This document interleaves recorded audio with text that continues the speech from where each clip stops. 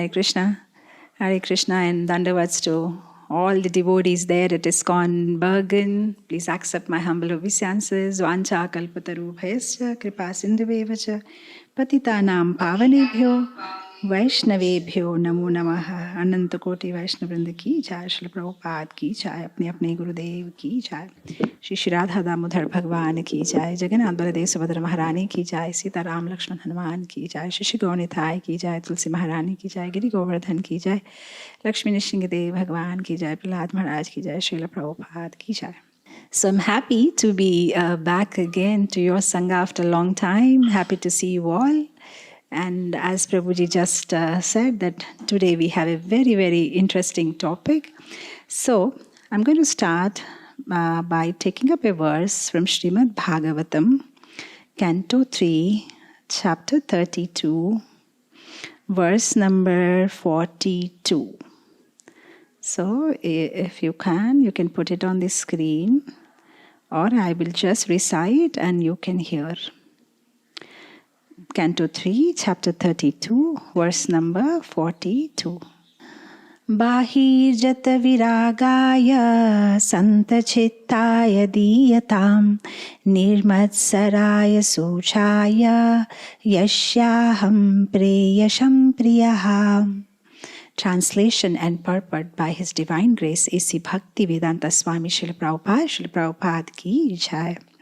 This instruction should be imparted by the spiritual master to persons who have taken the Supreme Personality of Godhead to be more dear than anything, who are not envious of anyone, who are perfectly cleansed, and who have developed detachment for that which is outside the purview of Krishna consciousness. In the beginning, no one can be elevated to the highest stage of devotional service. Here, bhakta means one who does not hesitate to accept the reformatory process for becoming a bhakta. In order to become a devotee of the Lord, one has to accept a spiritual master and inquire from him about how to progress in devotional service. To serve a devotee, to chant the holy name accordingly to a certain counting method, to worship the deity, and to hear Srimad Bhagavatam or Bhagavad Gita from a realized person, and to live in a sacred place where devotional service is not disturbed, are the first out of 64 devotional activities for making progress in devotional service. One who has accepted these 5 chief activities is called a devotee. One must be prepared to offer the necessary respect and honor to the spiritual master. He should not be unnecessarily envious of his god brothers. Rather, if a god brother is more enlightened and advanced in Krishna consciousness, one should accept him as almost equal to the spiritual master, and one should be happy to see such god brothers advance in Krishna consciousness. A devotee should always be very kind to the general public in instructing Krishna consciousness, because that is the only solution for getting out of the clutches of Maya. That is real humanitarian work, for it is a way to show mercy to other people who need it very badly. The word Shushrusha Abhirataya indicates a person who faithfully engages in serving the spiritual master. One should give personal service and all kinds of comforts to the spiritual master. A devotee who does so is also a bona fide candidate for taking this instruction. The word Bahirjata Vairagya means a person who has developed detachment from external and internal material propensities. Not only is he detached from activities which are not connected to Krishna consciousness, but he should be internally averse to the material way of life.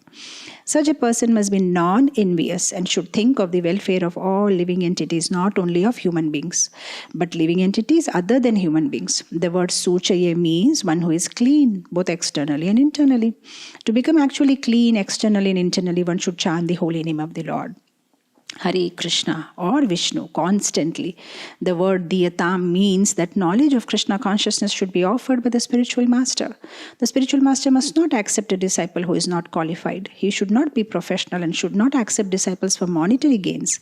The bona fide spiritual master must see the bona fide qualities of person whom he is going to initiate. An unworthy person should not be initiated. The spiritual master should train his disciple in such a way so that in the future only the Supreme Personality of Godhead will be the dearmost goal of his life. In these two verses, the qualities of a devotee are fully explained. One who has actually developed all the qualities listed in these verses is already elevated to the post of a devotee. If one who has not developed all this quality, he still has to fulfill these conditions in order to become a perfect devotee. Om Namo Bhagavate Vasudevaya. Om Namo Bhagavate Vasudevaya. Om Namo Bhagavate Vasudevaya. Narayanam Namaskrityam Naram Chaiva Narottamam Devim Saraswatim Vyasam Tato Jayo Mudire. Nashtaprayeshu abhadreshu Nityam Bhagavata Sevaya Bhagavate Uttama Sloke Bhaktir Bhavati Naischiki. Srimad Bhagavatam ki jai. Om Ajnana Timirandhasya Gnanam Janashalakaya Chakshurun Militam Yena Tasmai Shri Guruve Namaha. Srila Prabhupada ki jai. So very, very beautiful verse. This is from Srimad Bhagavatam, Canto 3, conversation between Lord Kapila and his mother Devahuti. So we see that in the preceding chapters, the Lord is explaining the signs of pure devotional service.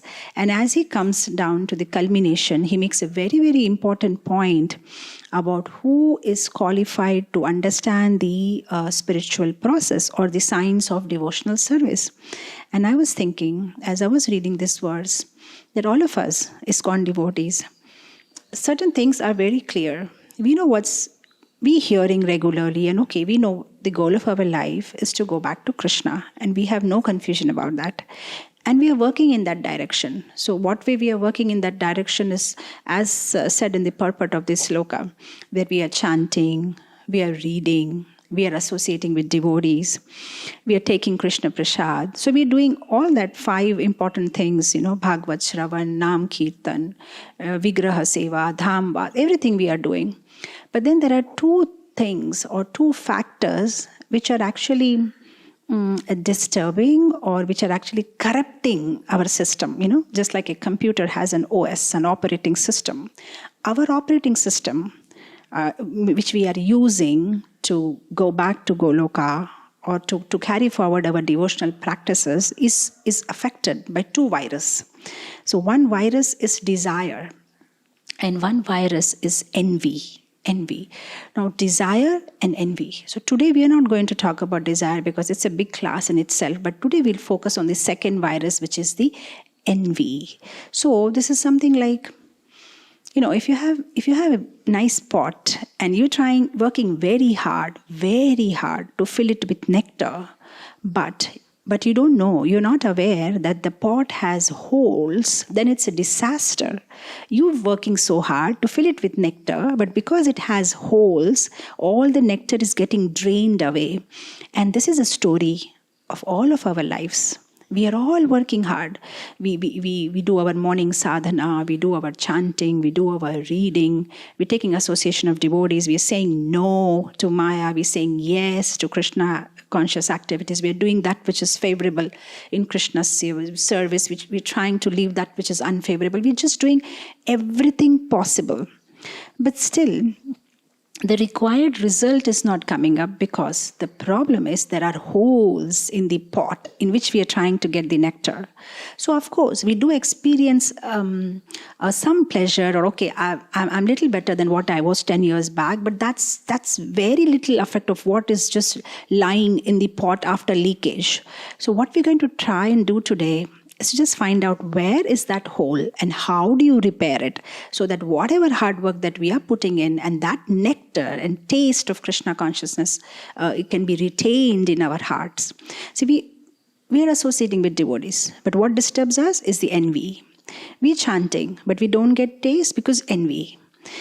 Whatever we are doing, even when we try to read scriptures, when we try to understand scriptures, when we try to live what we are reading, what is causing an obstacle is envy. So we see in every aspect of our devotional life, something that is corrupting the whole process is envy.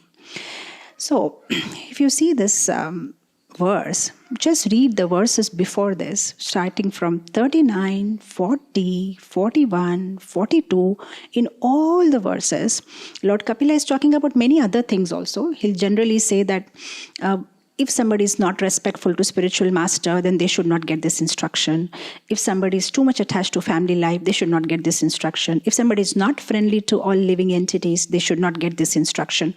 Yeah, he will mention so many qualities, but if you keenly observe, in every verse, he will mention about non-enviousness. In the verse 39, he's saying this.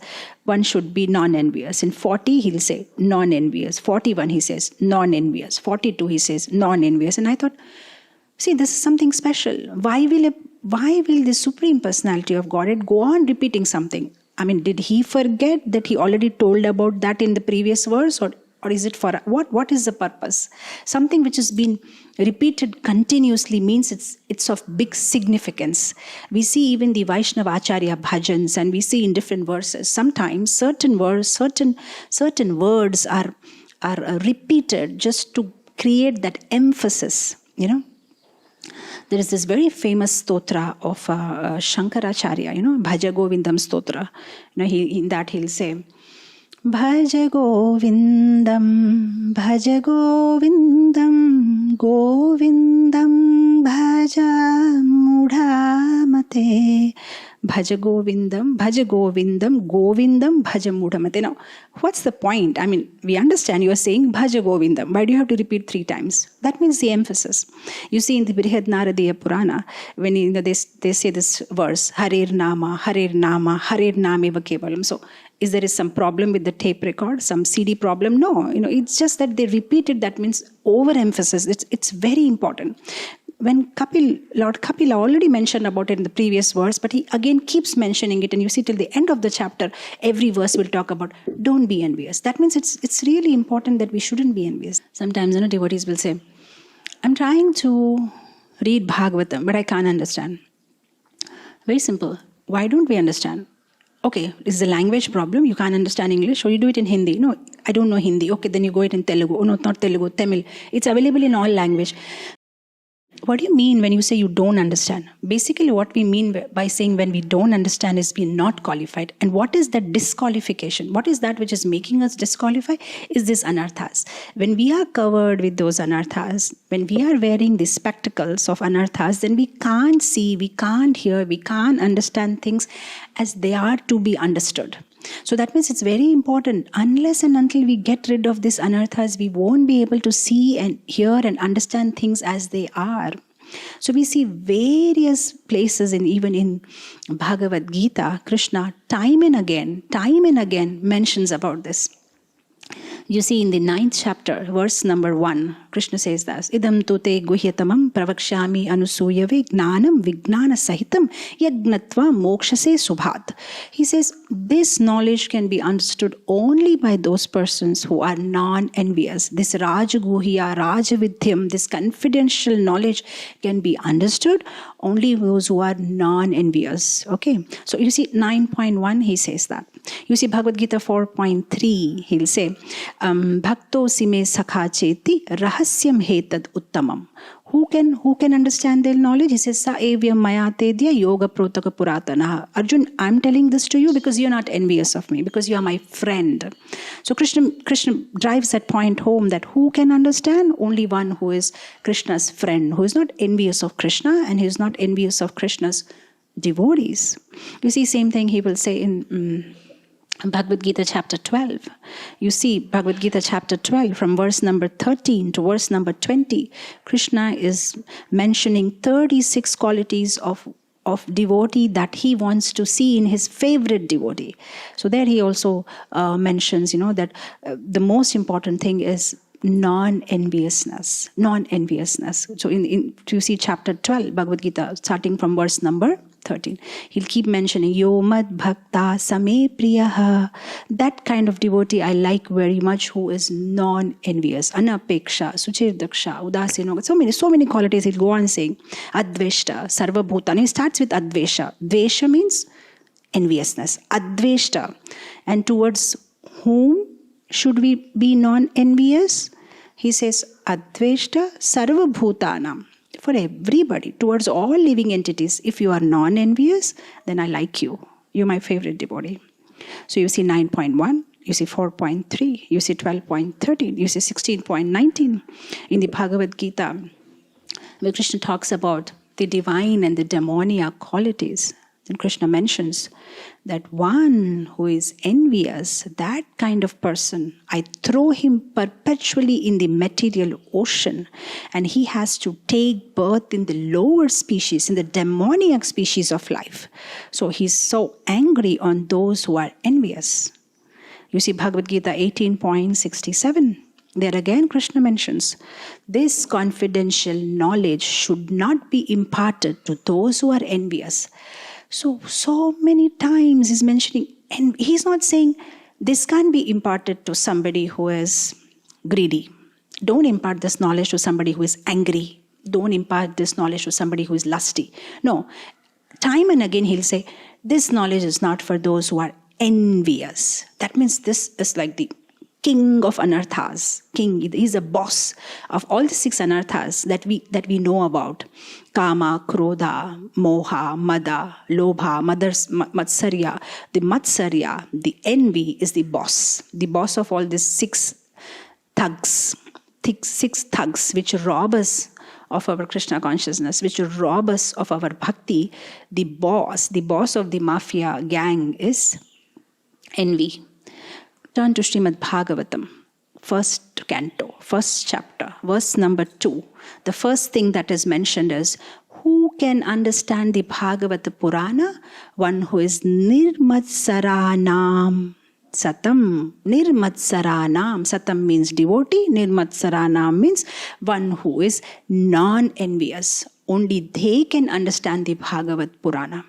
So, if we want to go ahead in our Krishna conscious life, we need to understand Bhagavat, we need to understand scriptures. And in the beginning itself, it is mentioned, you won't understand. If you are envious, you won't understand. So leave it. Keep the book aside. First work on your enviousness. And then let's go to Chaitanya Charitamrita. Oh, there are hundreds of quotes there and hundreds of incidents where we see that a devotee who is envious, falls down in his Krishna consciousness. What does Srinivas Acharya say in the Sada Goswami Ashtakam? The first verse, he mentions, Dhira dhira jana priya priya karo nirmatsaro pujito. First thing he says, what is so beautiful about the 6 Goswamis? They are nirmatsara, and that is why they are pujito. They are worshipable. They are lovable. By whom? Everybody equally. Whether somebody is a ruffian or somebody is a pious brahmana or pious person, everybody likes the Sada Goswamis. Why? Because they are nirmatsara. They are not envious. Elsewhere, Srila Prabhupada says in the Purport in Srimad Bhagavatam, Canto 9, Chapter 11, text number 23, he mentions that a sadhu, a devotee, is nirmatsara. So he says he doesn't have the nature of a matsya, of a fish. The nature of the fish is, when the fish is swimming around and the big fish sees the small fish, the big fish is thinking, better I eat this small fish. Because if I don't eat the fish, this fish will become big and it may eat me later on. So even before the fish becomes big, let me eat it. That's the nature of a fish. But devotee doesn't have that nature. He's nirmatsara. He doesn't have a nature like fish. So Prabhupada is mentioning there that this enviousness, being envious of other devotees, it's an aparad. It is a Vaishnava aparad.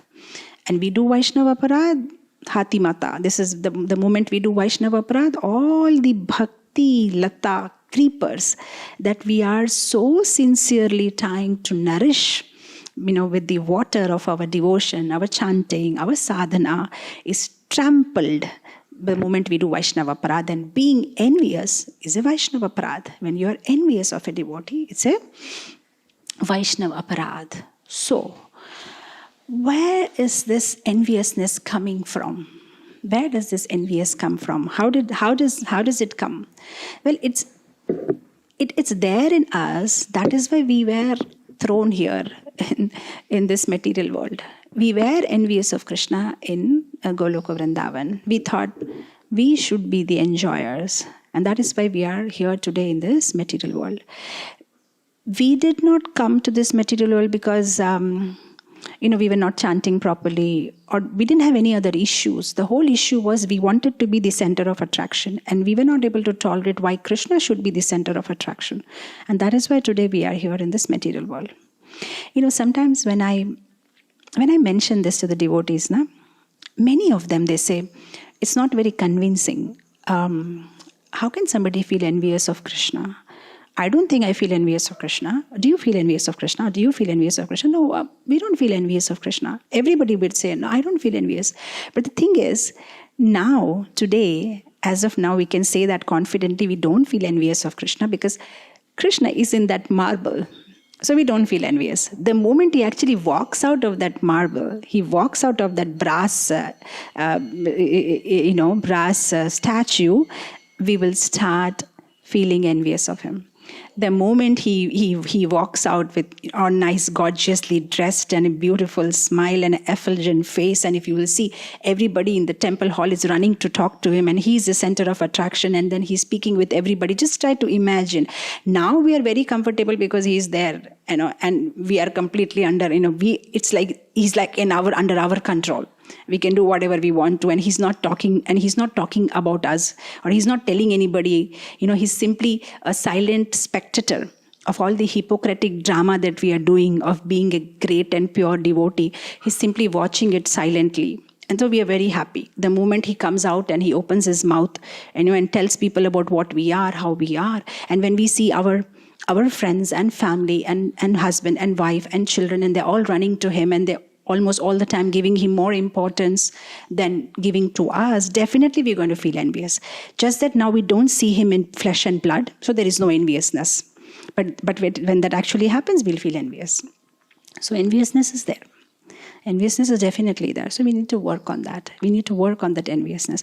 We're already working on so many other aspects of our Krishna consciousness, our chanting and our sadhana and our bad habits. And we're working, but then simultaneously, one also needs to work on the report card of our enviousness. That means on regular intervals, one needs to check. Okay, I was chanting 8 rounds, now I'm chanting 16, great. I used to not offer food to Krishna, and now I'm offering, okay, I'm improving. So similarly, one also needs to check the report card of the anarthas, how it's going. That means a regular introspection has to be done on proper intervals. Oh, where am I going? Where do I stand? And consciously make an effort in that direction. Because if the envy is out, rest of the things will follow. See, I remember when I was a young college student, in the Indian cricket, Sachin Tendulkar was very famous, and the whole strategy of the players, who play against the team India, used to almost all the time revolve around Sachin Tendulkar. The whole strategy used to be, if Sachin Tendulkar is bowled out in a couple of overs in the beginning, then we're going to win the game. But if he stays in the pitch, then it's very difficult. Same thing, the envy is Sachin Tendulkar of the Maya, If he's not bowled out, then we lose the game. But if this envy is bowled out, if envy is defeated, then the rest of the anarthas are not batsmen, they are bowlers. They will simply make 2 runs and get out. It'll be very easy, it'll be peanuts to take them out of the game. But the whole point is envy. Because the thing is, envy is the king of anarthas. And where does the king sit? The king sits on the throne. So envy sits on the throne of our heart. But actually that place is supposed to be occupied by Krishna. So now because he is occupying it, envy is occupying it, there is no place for Krishna. So when we throw envy out, then Krishna comes and sits in our heart. And the moment Krishna comes, then rest of the anarthas, he'll clean it himself. Because when he sits there, he'll say, oh my God, this place is smelling. And then he'll take he'll sweep our whole heart. But we need to first empty that place for him to sit, which is occupied by envy. So, all right. Okay, so what is envy? We're talking about envy. So, how do you define envy? Like, how do I know, okay, means envy? So, if we want a definition in single line, envy means you are happy when somebody is unhappy. and you are unhappy when somebody is happy. That's envy. Okay, I understand the definition of envy. Whom do we get envious of? That's the question. Well, we get envious of those who are in our reach, whom we can reach. Usually, we are not envious of devotees who are high above us in Krishna consciousness. We never feel envy because we almost all the time think that they are pure devotees and we want their blessings. We are not envious of them. And we are never envious of those who have come newly to Krishna consciousness because they think we are pure devotees. And they're always looking up towards us and we want to show our compassion to them. So we have no problem. No enviousness for the juniors and no envious for the seniors. Whom we are actually envious of is devotees who are with us on the same frame, That is a problem. I often tell this in my classes that driving on a highway, it's easy. When you are driving on a highway, sometimes, some cars are maybe 50 kilometers ahead of you and some cars are maybe 20 kilometers behind you. There is no clash. You can happily drive. But when you are driving in a traffic jam in India, it's difficult. Almost all the time you'll bump into somebody because everything is so close by. So that is the thing. In the highway, what's happening? The senior devotees are much ahead somewhere and we feel we cannot reach them. So there is no enviousness. And those who are new, they're way behind us. So there is no enviousness. We know they'll never reach us. But those who are with us almost all the time, there will be something, some kind of an enviousness will crop in. Now, one thing may come up. Okay, the class is okay, but I don't think I'm envious of anybody. You said definition of envy is feeling happy when somebody is unhappy, feeling unhappy when somebody is happy. I don't feel like that. I don't feel unhappy when somebody is happy. That means I don't think I have enviousness. So I don't think I need to listen to this class because I'm not envious of anybody. So what we're going to do now is to administer a 6-point test. A 6-point test to check. Just check for ourselves. In case if we have envy, we just check ourselves. So I'll read out all the 6 tests and then we can check for ourselves, all of us. And then, okay, do I have envy? Okay. There may be so many ways to test it, but I'm just giving you simple 6 tests with, which we can immediately, without any laboratory intervention, we can know for ourselves that we have envy or we don't have envy. So test number 1. If somebody is praised in front of you, how do you feel? Just check for yourself. I don't need answers. We are on Zoom and I won't be able to get your answers. So somebody is praised in front of you. Okay, he's not your senior. He's not your junior. He's somebody whom you are, on your level. And he's praised. So how do you feel? So you just check yourself. Okay, I feel very happy. Is it? No, I don't feel very happy. I'm happy. Okay, now check again. Are you happy or you are not so happy? I'm okay if he gets praised. So what? Now check deeper. Are you okay? Or you are like, I don't think I liked it so much. And then go more deeper. Is it that you didn't like it so much or you didn't like it?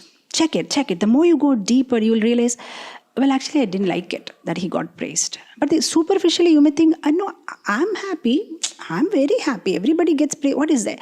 But when you go deeper, and you go deeper inside your heart, and you will see, well, no, actually, I didn't like it. I didn't like it that he get praised. See, you'll see that in your day-to-day life. Sometimes our devotee talks, our devotee gossips. It'll be like, hey, did you see that Mataji? She cooks so well. My God, the morning Mangalarti sweets by her is like amazing. And there'll be instantly so many responses. And then somebody may come up, yeah, she cooks well. But you know what? She doesn't keep her house clean. Have you seen how she keeps her house? My God, other day I went, it was not clean. These are ISKCON gossips. Somebody will say, that Prabhu sings so well. He's like, oh my God, he's like Narad, he's like Gandharva. The way he sings. Yeah, he sings nice, but do you know how much he eats? My God, the other day I saw this much rice. How much he eats. we don't realize, unconsciously we do that. So we say, no, I'm very happy he got praise. Yeah, you're happy, but then you'll always almost try to lace it with something and just make yourself feel happy that, okay, he may be a great singer, but he's not a great cook. Okay, she may be a great cook, but she's not a good mother. Okay, so we'll just try to do that. Sometimes we'll do it verbally in front of everybody, openly we'll do that. Or sometimes we're very smart, we won't do it openly, but inside our heart we'll think, that's all right, what is there if she sings good, but she's not a good mother, I know how she behaves, I know how her children are. Her children, they don't even chant, they don't even come for aarti, but she talks. So many things we'll just try to manage in our heart. This is something we have to check for ourselves. Nobody can help us. Or do I feel that? Okay, this is a test number 1. You see in Chaitanya Charitamritam, when Chaitanya Mahaprabhu, he gives a hug to Shankar Pandit. Now, Shankar Pandit is the younger brother of Damodar Pandit. And Chaitanya Mahaprabhu and Damodar Pandit, they both are like, they grow up together. They are like friends. And then Damodar Pandit is standing there. Chaitanya Mahaprabhu is like hugging his younger brother. And Chaitanya Mahaprabhu says, Damodar, I like you, but I like your younger brother a little more. I like him more than you. And Damodar Pandit becomes so happy. He said, just because you said this today, from today onwards, I am his younger brother and he is my elder brother. And he becomes genuinely happy.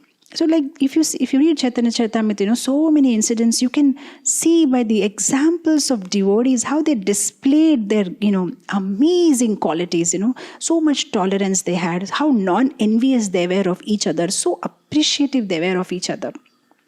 So this way we can understand, if I was in that position, would I have been happy? Would I have been feel like, I grew up with him and now Lord says he likes my brother better? There may be some kind of a feeling. This is test number 1. We'll go to the test number 2. When others make a mistake, they make some mistake. So what do you feel about it? Do you feel very bad for them? Poor fellow, oh my God, he made such a big mistake. Do you feel very bad about it? Or do you feel, I don't feel very bad, I feel bad. Okay. And then go deeper and check. I didn't feel bad at all, he did the mistake, so what is there? Or go more deeper and check. Or did you feel, he deserves it? He deserves it, what he did. He deserved that, because, or you'll try to speak some philosophy. No, actually, I'm not envious of him. It was good for him what happened, that will make him humble, that's all. Otherwise, he should be humble. It was good for him. He was making this mistake long time and now everybody came to know he's exposed. I think it's good for him. Do you feel good about it? We need to check deeper. When something's happening wrong to somebody, what is your instant feeling? Do you have an empathy? Or you have sympathy, or you are like, I guess he deserves it. What is your feeling? We need to check deep inside. Or is there a kind of a little pleasure or something like, oh, good, what happened to him? See, I'll tell you, one very beautiful pastime. In the Satyuga, there was one very, very pious king. Now, this king had one day a beautiful desire in his heart. He thought, let me feed all the Vaishnavas, everybody in and around my kingdom. So he said, all right, tomorrow I host a lunch for everybody. So he called all his cooks from around the place. Okay, come, everybody come and cook as many varieties you can, and I want to feed the Brahmanas. So they said, yeah, king, that's all right. But the only problem is we don't have that many arrangements inside the palace. So maybe we need to make a makeshift kitchen, outside in the open space, because we have to cook for thousands and thousands of Brahmanas. So the king said, all right, great. All the arrangements were done. The cooking started. Hundreds of varieties were cooked. All the Brahmanas ate their prasadam, but they all died. So now the king could not understand what exactly happened. So then they realized what had happened is, when the cooking was going on, there was an eagle which was flying with a dead snake. Now eagles and vultures, they eat snakes. So he was just carrying a dead snake and flying over the makeshift kitchen, which was in an open space. Now this snake was dripping poison from its mouth. That poison went inside the dal which was being cooked, and all the brahmanas died. Now the file went to Yamaraj. So the Yamadutas are asking Yamaraj, Sir, whom should we punish for this grave sin of killing so many brahmanas? So Yamaraj said, I am unable to decide. Why not you people make a suggestion? So one Yamaduta says, well, sir, I feel that punishment should be for the king, because king is supposed to be responsible. He should have made sure, that the kitchen arrangements were proper, and the brahmanas would not have died. Immediately the second servant said, no, I don't think king is responsible. How will he know this is going to happen? He did his best. I think the eagle should be punished, because why did the eagle do that? Then the third person said, how can eagle be punished? Eagle was simply eating its food and going away. How will it know that it's going to? It's after all, it's a bird, How does it have that much sense? I think the snake should be punished, because the poison came from the snake's mouth. The other Duta said, how can the snake be punished? The snake was dead by that time. It doesn't even know that the poison is dripping from its mouth. So snake can't be punished, eagle can't be punished, king can't be punished. The other Duta said, sir, I know who can be punished. I think the cook has to be punished, because the cook's supposed to be careful while he was cooking, He's supposed to be careful what is happening. And the other Duta said, how can the cook be punished? Maybe he was, trying to get some salt or something. By that time, the poison must have fallen. He has not seen. What can he done? It was an open kitchen. Now the Yamaraj's file was kept on pending. He said, looks like I don't get any solution for that. Keep the file pending. We'll talk about it later on. And after some time, suddenly one day Yamaraj comes to the office and he's like, I know whom to punish. Go and punish that one lady there in King's kingdom. So all the Yamadutas, they came running. Sir, we're very curious. How did you make your decision? What she has done? So then Yamaraj says, after many, many years, some other brahmanas came to that kingdom. So they were asking for a route, how do I go to the king's palace? So this flower, the lady who was selling flowers, they asked her, should I take a right or a left? How do I go to the king's palace? And she very mockingly and, laughingly, she said, oh, you planning to go to the king's palace? I hope he has not called you for lunch, because last time he called for lunch, all the brahmanas died. And she started laughing. I mean, she was just enjoying it, And you know what? All of them died. You better be careful, So now the Yamaduta said, but sir, what is her mistake, sir? She told the truth, na sir? In fact, maybe she was helping the brahmanas by informing what has happened previously. So Yamaraj said that was not her attitude. She was laughing. And Yamaraj made a very important point. He said, why does somebody commit a sin? You commit a sin because you want to enjoy. But what happened that day, the dying of the brahmanas, the king was not happy. The cook was not happy. The eagle was not happy. The snake was not happy.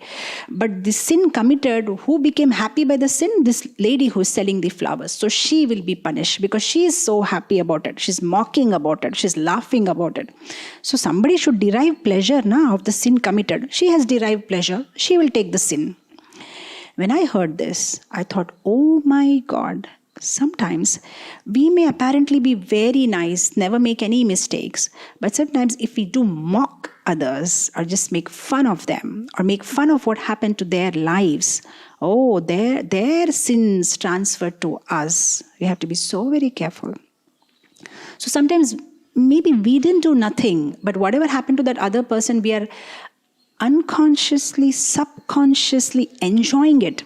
He deserves it. He should get it. He did that to me, something like that, what he did previously, I think he deserves this. So this is test number 2.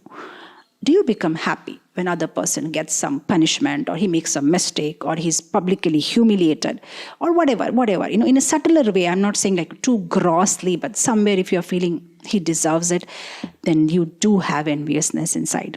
So we spoke about test number 1. We spoke about test number 2. Now test number 3. Do we feel I don't need to learn anything from anybody? If this feeling is there in our heart, that means we have enviousness. And we can check it. And you can check it all the more when you're hearing Bhagavatam class. You're hearing some class from somebody, check it. Almost all the time you'll have that feeling. The moment they recite as pastime, or they speak some point which you already know, you immediately have that superiority feeling. I know this story, I heard many times. I know this one, I read it in WhatsApp long time back. At this point, I heard yesterday only. That feeling will be there. You will not have that feeling like, okay, that's all right, I heard it, but it's nice to hear again. See, because in Krishna consciousness, whatever you hear, nothing is going to be new. Everything is same. What you speak today, what you speak 10 years before, what you will speak 10 years after, it's all going to be same. And nobody's going to speak something which is new. Everybody is simply speaking what they have heard from others and what they have heard from Vaishnava Acharyas, what is there in Prabhupada books, what is there in the books of the Acharyas. You're not going to get something new out of the blue. You're just repeating. But what happens, every time a devotee speaks it, he's adding his bhava. He is adding his bhakti. He is adding his love and devotion in that katha. That's all the difference. See, sometimes, 2, 3, 4 different cooks, they may be making the same curry, the same vegetable, with the same ingredients, whatever is that, paneer or tomatoes, capsicum, bell pepper, whatever, salt, masala, same thing. But no two people will make it same. Somehow there will be some difference. Even if you give the same ingredients to this cook and you give same ingredients to this cook, both will make with the same ingredients, but the taste will be different. Because everybody adds their own devotion. They will add their own expertise. So even if we hear the same katha or the same story or the same pastime from the devotee, what we are trying to take is the love and devotion of that devotee. That comes when from that devotee's heart, it gets sprinkled into our heart. That's the whole motive behind hearing the katha. So this is test number 3. Check. Do you feel that I don't need to learn anything from anybody? I know everything. That means we are envious. Okay. Test number 4. Do we feel everybody should respect me? All should respect me. See, when we were all new to ISKCON, our feeling was, I'm just a servant, Oh my God, everybody is so expert. I'm a das, all are my boss. But then slowly, unconsciously, we didn't even realize from das we become Prabhu. Everybody starts calling us Prabhu, and somewhere inside we like it. And after some time, if somebody doesn't call Prabhu, we'll feel bad. How come, he's calling me by my name, no Prabhu, no nothing, no etiquette, no manners. You want to be addressed as Prabhu. And after some time, you don't realize, you start becoming like Mahaprabhu. You think everybody should respect me, and not only Mahaprabhu, you start getting the feeling of Aham Sarvasva Prabhu. Everybody should respect me. If I don't come to the temple, how are they going to manage this program? What will they do? So slowly that feeling arises. So if that's happening to us, we understand. We are having that feeling of enviousness. Okay, test number 5. Do we have appreciation for everybody? Just check ourselves. Or do I appreciate everybody? When we came newly into Krishna consciousness, we had appreciation for everybody. Just go back, rewind those days when you newly walked first time into an ISKCON temple. You must have had appreciation for everybody, even for the devotee who's giving Charnamrit. How nice, how humble, na? He was calling us with love and affection. Please take prasad and go. Please take Charnamrit. Oh, that Prabhu is so nice. That Mataji is so nice. Oh, that Prabhu gave such a wonderful class. Oh, the Pujari was doing puja so nicely. Oh, the deities were dressed so nicely. You just rewind your days. You had appreciation for everything, right? From the prasadam they gave you, or the class you heard, or the bhajan you heard, the arti you participated. And check yourself now. Now, for almost everything, you have some, you will find some fault. The deities are nice, but they could have do it this way. Class was nice, but it was too long. Prasad was nice, but curd was missing. That person was nice, but that but. Yeah, so test number 5. We are envious. It's clear. It's done. See, when we actually came for the first time into ISKCON temple, our whole intention was, I don't know anything. I just want to learn from them. I don't know. I want to learn. But do we still have that? Is a question mark. Somewhere down the line, we changed from I want to learn to I want to teach. I want to teach how to do this properly. I want to teach.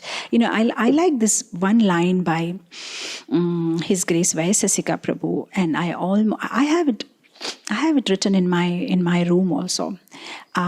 He says this. He was telling this in one of his classes in Mayapur. So he was saying, our whole intention should be, I am living to be corrected by others. I am living to be corrected by others. And he said, over a period of time, now the line changes for us and we think, I'm living to correct others. Now it has become like that. My whole existence is just to correct others. If I don't correct, who will correct them? So I like that point very much, and I keep, reminding my life is not for correcting others. My life is to correct myself. I want to be corrected. If somebody helps me, where am I going wrong? See, I'll tell you one very funny story. In an apartment, there were some children who used to come regularly and play cricket. Now, in India, cricket is a very, very popular game. Everywhere, almost everywhere, children will be playing that on the streets and here and there. Now, the apartment people were in trouble because children play cricket, the ball flies here and there, sometimes breaks the window panes, and they were, getting so irritated. So they were telling the children regularly, children, don't play here. Why don't you go and play in some playground? Don't play here. But the children never listened. Now, in that apartment, on the third floor, a new tenant arrived. He was an old man, 60 years old. So the neighbors were cautioning him, sir, you have come to this apartment. Let us inform you. These children play cricket whole day. They'll not allow you to sleep. They'll disturb. The ball will come to your window, break your glass. You will be in mess. This old man simply smiled. He was very confident. He said, oh, for me, it's a small thing. Within 10 days, I'll make sure that children don't play cricket here. And they were like, really? We've been trying for months. And he said, yeah, it's a challenge. 10 days, they'll not play cricket here anymore. They said, all right, great, let's see. So next day evening, he goes down there, and he's watching children play cricket. And at the end of the game, he calls all the children, come here. And all of them said, yes, uncle, what can we do for you? No, I just want to let you know that when you play cricket here, I feel so happy. And they are surprised, nobody feels happy. Everybody's, all the time shouting on them. So why do you feel happy? He said, you see, I became old now. You people are young now. When you play cricket, I feel as if I am playing. I feel so happy.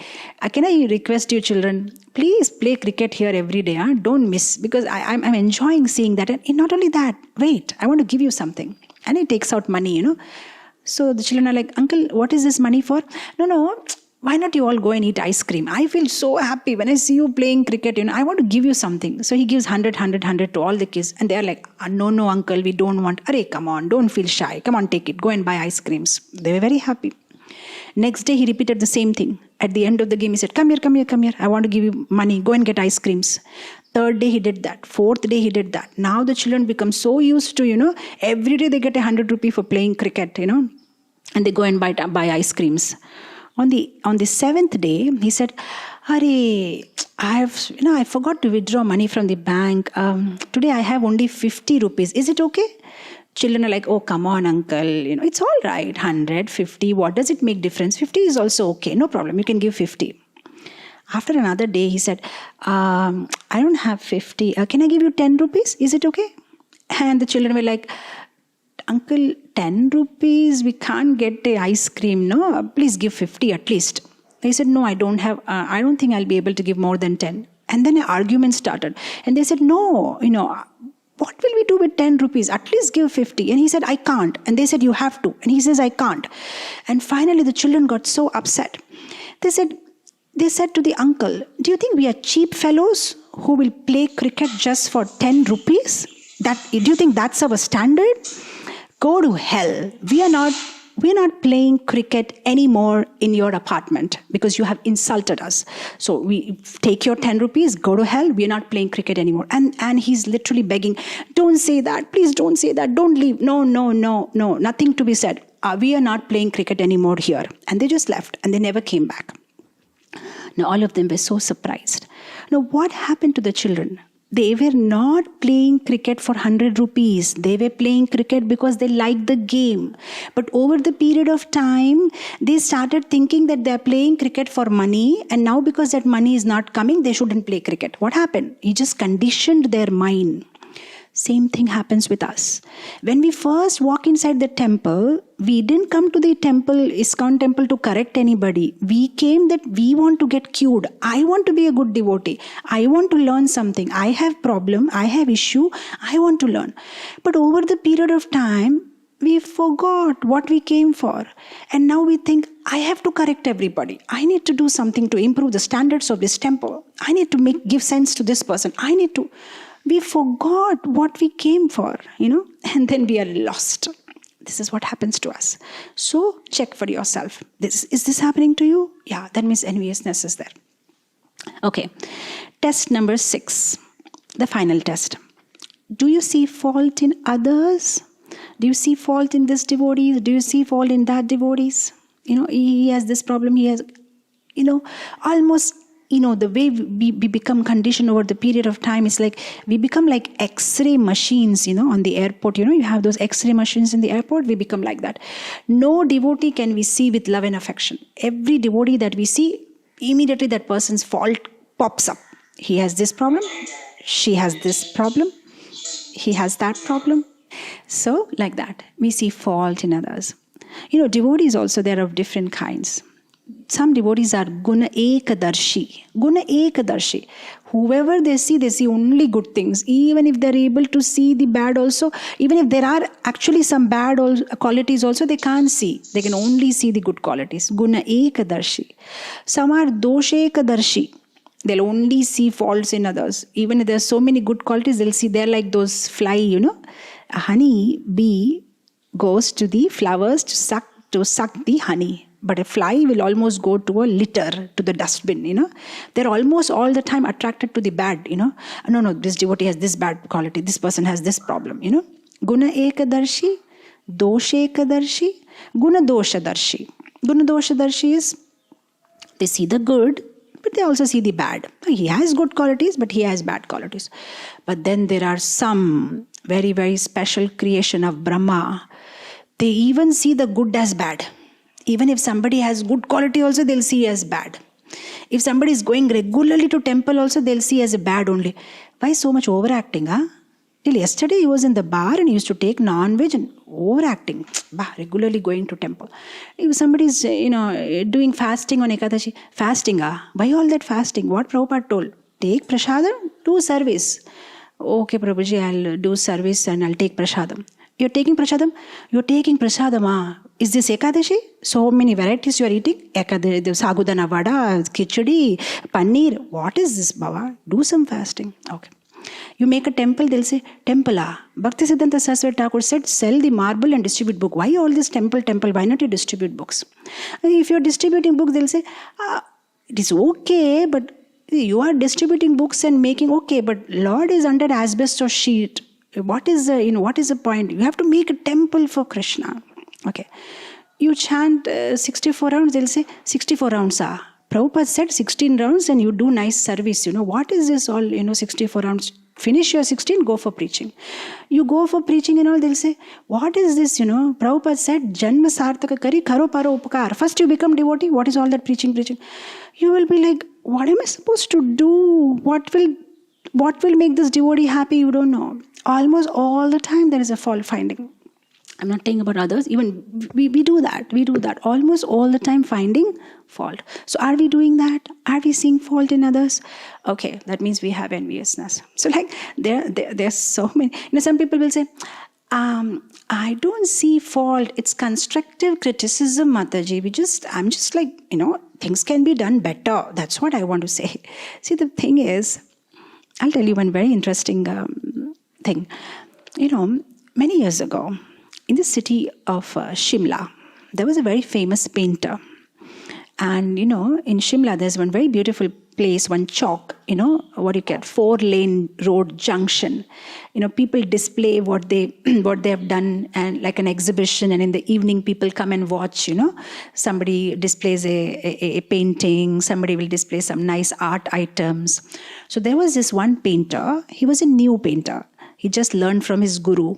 So he was very humble-hearted. So what he did, he made a beautiful painting, and then he put it there on the 4-lane junction, and he put a note below. He said, if you find, anything wrong with this painting, some mistakes, he kept a black pen there. Please mark it on the painting so that I will improve, So that's about it. And he went away. Next day morning, when he came there was no painting. Completely black marks, completely black mark. That means everybody felt that this should have been changed, that should have been changed. No painting was remaining, completely black marks. And this fellow was so, disappointed. He took the painting and told his guru, see, everything, people didn't appreciate. I don't want to continue painting anymore. I don't want to do anymore. I'm finished with my painting this. Then the guru said, no, don't say that. Make the painting again.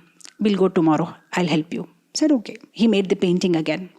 Again, they put it in the same place. This time, Guru said, keep some paints, keep some brush, and below they put a note. In the note, they said, if you find, that certain thing is not done properly, please go ahead and make changes. Here are the paints and here are the brush. Just make the change. And next day morning, when he arrived, the painting was not even touched. Everybody said, it's very nice, very good. Because they want to make a comment. They don't want to change. They don't want to take that, make an endeavor of, actually trying to change something. They just want to make a comment. This is not correct. That is not correct. You correct it. You correct it. They don't want to help. So then nobody made any changes to his painting. This is our problem also. We were ready to find fault with others, but we don't want to do it. Prabhupada said you can criticize if you can do better. Prabhupada said you can criticize, but you do it and show it. Don't just tell, don't give advice, just do it. You do it and show. This is how it is to be done. This way it can be done better. So, okay, we're done. Okay, now we are convinced. After the test, 6 different tests, okay, somewhere I have also some trace of envy in me. So, what is the solution? What is the solution? See, the problem is, if our envy was gross, it would have been easy to work on it. The problem is, our envy is subtle. See, in Srimad Bhagavatam, you see the pastime of Daksha and Lord Shiva. Daksha was very vocal about his envy. Very gross. He says Shiva is in the crematorium grounds, and Shiva wears, scanty clothes, and Shiva is almost all the time with his hobblins, and, Shiva is like this, Shiva is like that. He was very open and verbal about his envy, which he had in his heart about Lord Shiva. Okay? You see, Pondarik, he was open about his envy for Krishna. He was wearing Krishna's peacock feather, and he was carrying a flute like Krishna, and he said, I am Krishna. Shishupal, he was very vocal and open about his envy for Krishna. Okay, I'm envious of Krishna. Krishna is like this, Krishna is like that. You see in Chaitanya Charitamritam, Gopal Chapal, he was open about his envy towards Srivas Thakur. He was envious of Srivas Thakur. So what he did, just to defame Srivas Thakur, he got all the ingredients which were used for Durga Puja, and he went and put it in front of Srivas Thakur's house, and he was telling everybody, look, this Srivas is posing as a Vaishnava, but he worships, Durga Devi or Kali or whatever. He's not a Vaishnava. So he was open about it. If they are open about it, you can do something about it. But if there is a subtle enviousness inside, you see, if I have a wound in my finger and blood is oozing out, it's easy to deal with it. I'll put a bandage, I'll go to a doctor, I'll put soframycin, I'm done. But if you have a cancer somewhere inside and you don't even know about it, and it keeps on increasing, and you will know about it only when it is on stage 4, then it's a problem. And that is how our envy is. Our envy is not open, because we wear so many masks, people can't even realize. We have mask and mask and mask, and inside this envy is growing and growing like a termite, like a cancer. And by the time it's on stage 4, you can't do anything anymore. Right? That is the problem with our envy. Even now, just now, when we're hearing this class, what will be happening in our mind? We'll be making a list of all those people who are envious of us. And then we'll be thinking in our mind, when the class is uploaded in YouTube, I'll forward it to all those people because they need to know they are envious of me. But we won't be making a list of all those people whom we are envious of, Almost all the time we'll be thinking, maybe I just hope that devotee hears this class, and I just hope she hears that class and she knows that she's envious of me. But we're not thinking about whom are we envious of, That's a human nature. So now we are convinced, okay, this is what is envy. This is how we become envious of people, and we are envious. So now what's the solution? Okay. So I've listed out a number of practical solutions that we can bring out to overcome envy, or to at least subdue or control or minimize our envy. Gopi Paranadhana Prabhu, he's no more now in this world.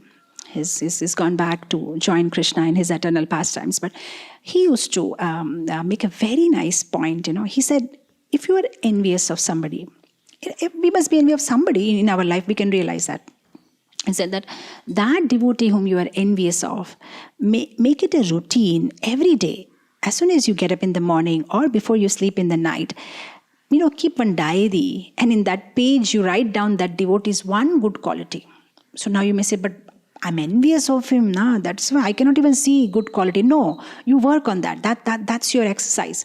Think and think and think, If you can't think of any good quality, one good quality is that he wears kanti. Wow, he never removes kanti. Oh, he wears tilak. Oh, he has a beautiful smile. Oh, he takes prasadam nicely. So like that, just whatever. And do that exercise for 30 days, 60 days, every single day. One good quality of that person. Write down. And at the end of the month or 2, you will be amazed. Oh my God, this devotee has so many good qualities. Bhakti Siddhanta Saraswati Thakur used to do this. See, because, he is a Nitya Siddha, so he knows in his ashram which devotee is envious of whom. So what he used to do is, he used to make them do an exercise. He used to have let's say it's like a public program, not public, I mean to say like a, ashram ishtagoshti, get together. And then on random, he will say, so Prabhu, can you get up and can you tell us something nice about Krishna Das, whatever the devotee's name is. Can you tell us something nice about Krishna Das? And now everybody in the ashram knows that he doesn't like that Krishna Das. But now Guru Maharaj has asked him to say something. So he'll say, what I like about Krishna Das he's Krishna's Das, Yeah, oh, very nice, very good. That was a good quality. He's Krishna's Das. And then he'll say, you sit down. Now you get up. Can you tell something about, him, Sham Das? And he's like, Sham Das. Yeah, Sham Das. Yeah, Sham Das is very good devotee. He has to, because it's public now. Everybody is, sitting there, and Guru Maharaj is asking you to speak. And he used to make them do that exercise. And, in doing it slowly, after a period of time, they really started appreciating each other. Oh yeah, it's true. I never realized. Yeah, he cooks sandesh very well. Oh yeah, he sings very well. I never realized that. And then by doing that exercise, they got improved, So you glorify that devotee. You glorify. Whom are you envious of? You glorify that devotee particularly, publicly and privately. Inside your heart, if you're not having that guts to do it publicly, start privately first. Start writing in your diary his good qualities, and then when you have mustered enough courage, then start doing it publicly also. Just appreciate that devotee. Probably you're very nice. Probably you like this. Just appreciate. And then you do that, the envy goes away. Okay. Other thing is respecting whomever you are envious of, or for that matter, everybody. Respect everybody, right?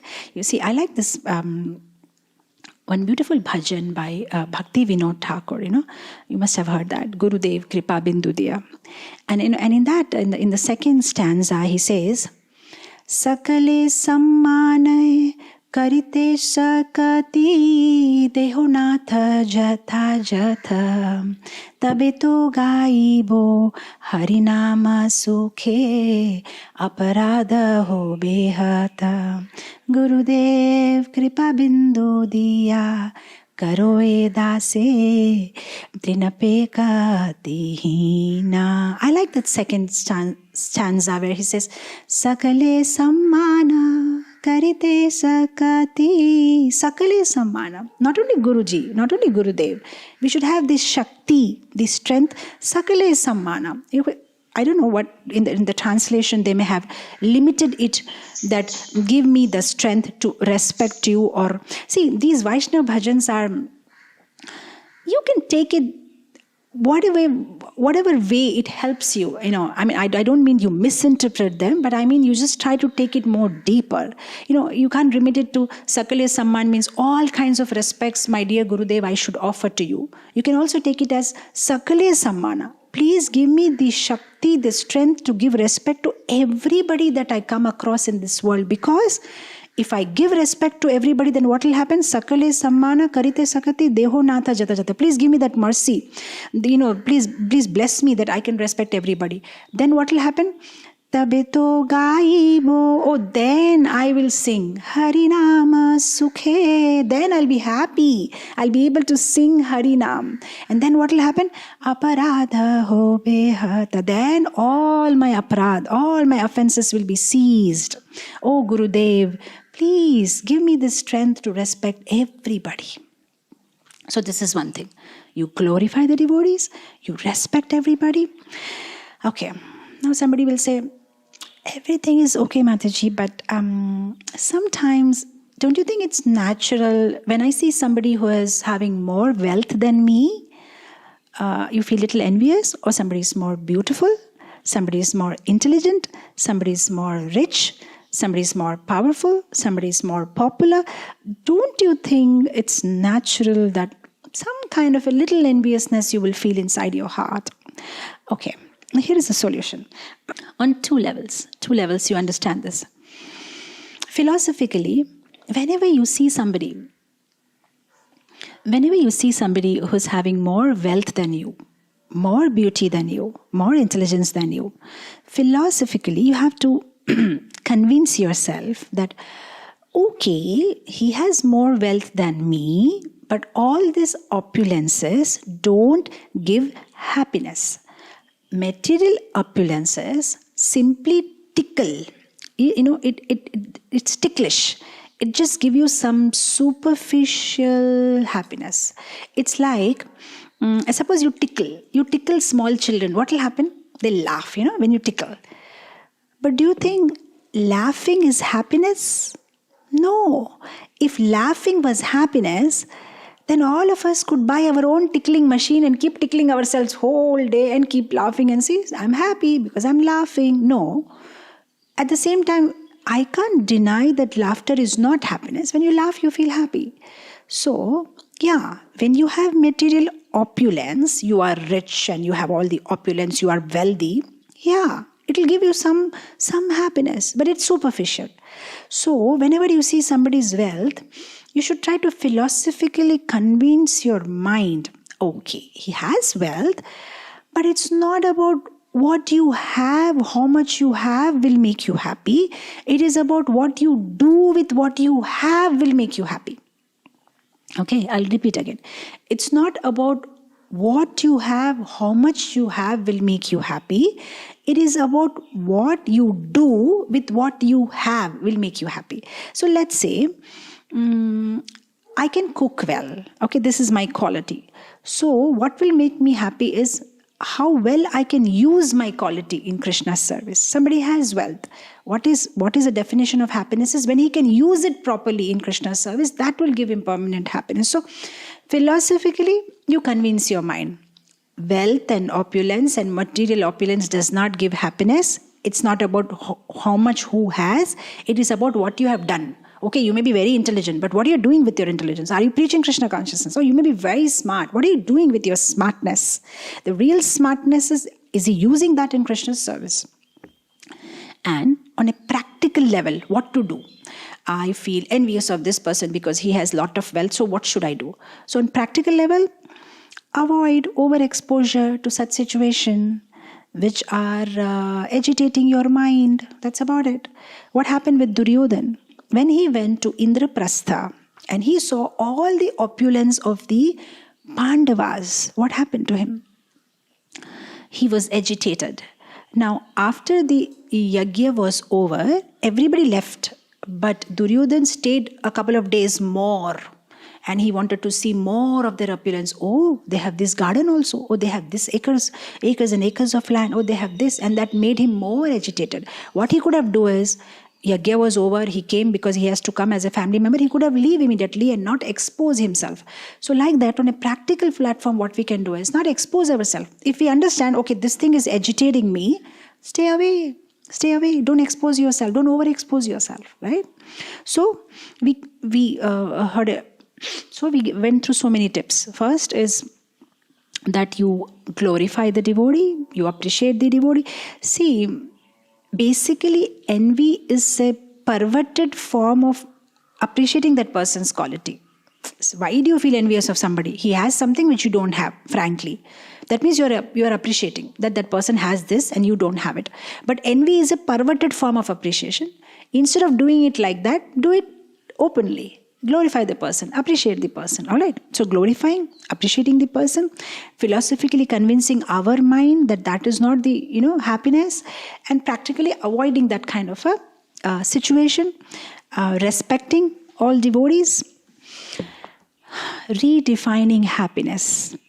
As of now, the envy is there because we have come up with a particular definition of happiness. When your happiness is defined in terms of material opulence, then definitely there will be envy. You can't do anything about it because material opulence and material resources are limited. Let's say for today's example, my happiness is I get seat in a particular college, in a particular this. Now, there are 10 seats and 100 people are trying to get inside. Definitely some will get, some will not get. Those who will not get will feel envious of these 10 people who got inside the college. So if your happiness is defined in the terms of material things, definitely there will be envy. But you should redefine happiness for yourself. You should redefine. So if your happiness is in terms of Krishna consciousness, then there will be no enviousness because Krishna is exclusively and fully available to each and every devotee. It is not like if Krishna is available to me, then he's not available to you. He's omnipresent. He's for everybody. And everybody can exclusively enjoy his association. Our love for Krishna is not like those Bollywood movies where there is one heroine and two heroes. If this hero gets married, this person will feel envious. Our relationship with Krishna is not like that. Krishna is for everybody. He's for me exclusively. He's for you exclusively. So there is no question of feeling envious of anybody. Right? So redefine your happiness. If your happiness is in terms of Krishna consciousness, you'll be happy. Okay. Now, the enviousness may come, like as we just discussed, among equal devotees. Sometimes you'll feel,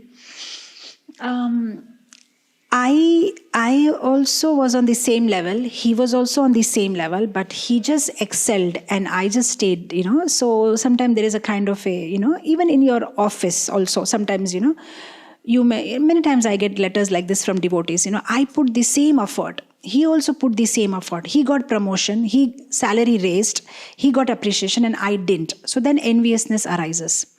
Now that may happen even in devotee community. So what do? So here is a little problem with our philosophical understanding. What we think is hard work is equal to result, or rather action is equal to fruit. But what we forget is action is not equal to fruit. It is action plus deva plus kala is equal to fruit. You do an action and then Lord sanctions your purva janma karma and the kala, which is equal to fruit. because we don't know this definition, we feel envious of others, right? That person got credit because he has done something in his previous life also. He's rich from his previous life, good karma. That's about it. That is why you see, there may be farmers in two different places in India. Let's say somebody is cultivating in Kanyakumari and somebody is cultivating in Kashmir. Both must have had same acres of land, same seed, same chemicals, same fertilizers, same system, but he got nice harvest and he didn't. Why? Because they had rain and he didn't have rain. So now rain is not under your control. So that means you can put in the same efforts, but Krishna's sanction should be there now. So your previous karma, Kala, you have to wait for the harvest season to arrive. Maybe his harvest season is June. Your harvest season is August. Wait for 2 months, you'll get your harvest. Why not wait? Have patience. So when you know all this, there is no enviousness. Even if somebody is more successful than you, you are okay. You know, some previous baggage he's carrying, some previous sukruti, some previous good karma. So no comparison. Right? So like that. Then you don't feel envious of that devotee. Okay? The other point is not to compare. The whole point, this whole thing about enviousness arises because we compare. They are doing so good, preaching, so many bhakti vrikshas, so much, so big temples. They're doing this, they are doing that. No, that's all right. You are also doing.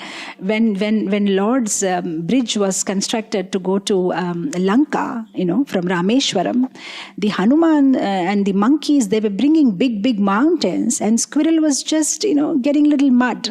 But Lord Ram was happy equally towards both. So we do according to our capacity.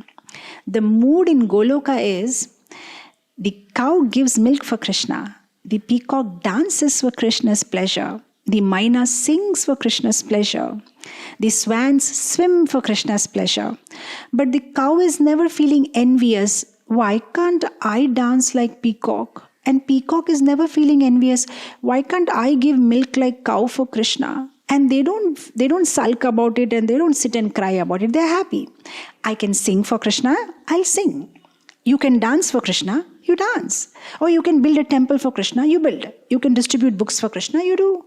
Everybody does according to their capacity. There is no comparison. I'll do what is my capacity, what I'm good at. You do what you are good at. And believe me, Krishna will be happy. Krishna is not comparing us. She distributed 25 Bhagavad Gita. Look at this fellow. He did one. No, he's happy. He's just seeing our endeavor, what we did. So there is no comparison in Goloka Vrindavan. And there is no competition also. It's not like we are in an Olympic race and Krishna is standing there with a gold medal in Goloka and he's like, hey, he came first. Okay, now you get the gold medal. No. Even if you come last, still Krishna will put a gold medal on you. There is no race.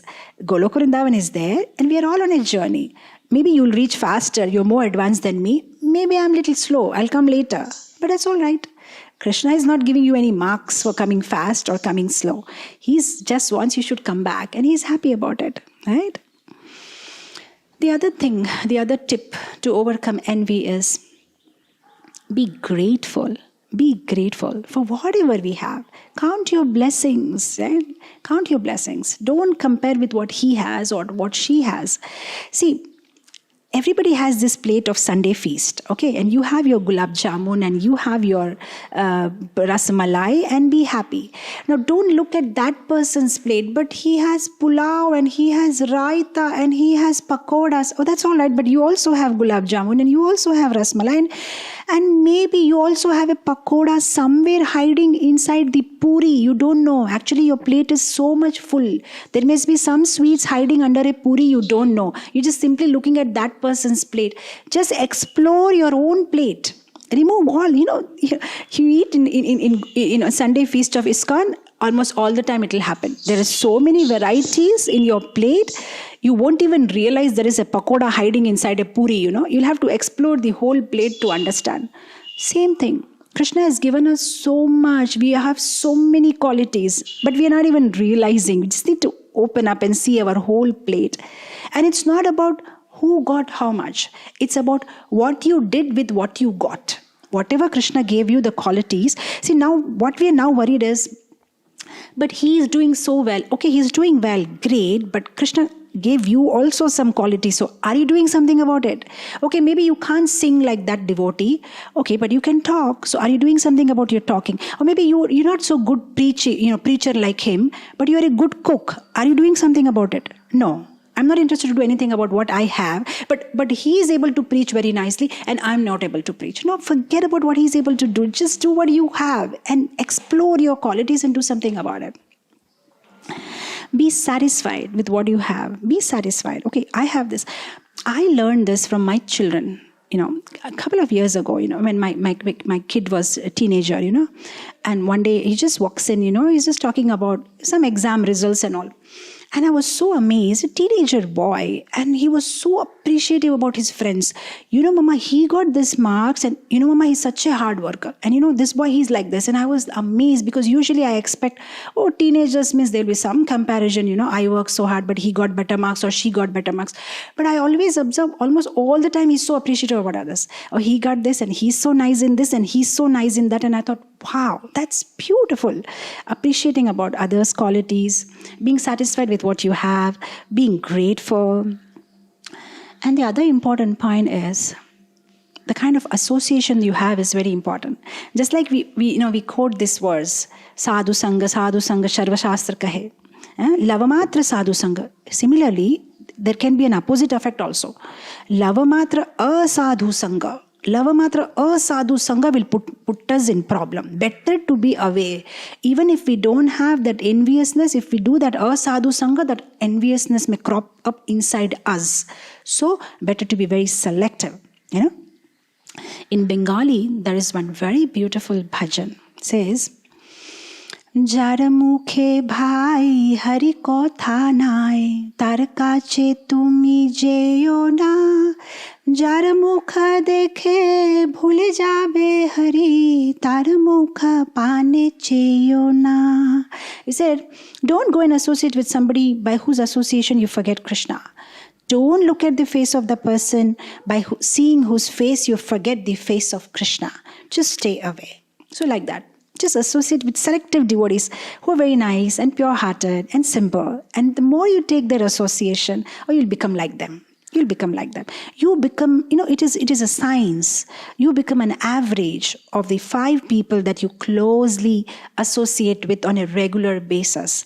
So be careful on who are those 5 people whose average qualities you want to have, and then be selective and associate with them. And now don't ask me this question, but how is that possible? I have to associate with everybody. I work outside. I have to go. Yeah, I'm talking about taking association. I'm not talking about giving association. There's a difference. These people of whom you want to become like them, take their association. And others whom you have to deal on a day-to-day basis, give your association. Don't take association. Okay. And the most important point, what to do to get over enviousness. Shravanam, Kirtanam. You hear and you hear and you hear Bhagavatam. You hear from devotees. When we hear, what happens? Cheto darpana marjanam. The heart will become clean. And the heart will become clean. Enviousness will also go away, along with the other things that are driven out from our heart, See, in Srimad Bhagavatam, Canto 9, Chapter 11, text number 23, it's a culmination of the whole Lord Rama's katha narration.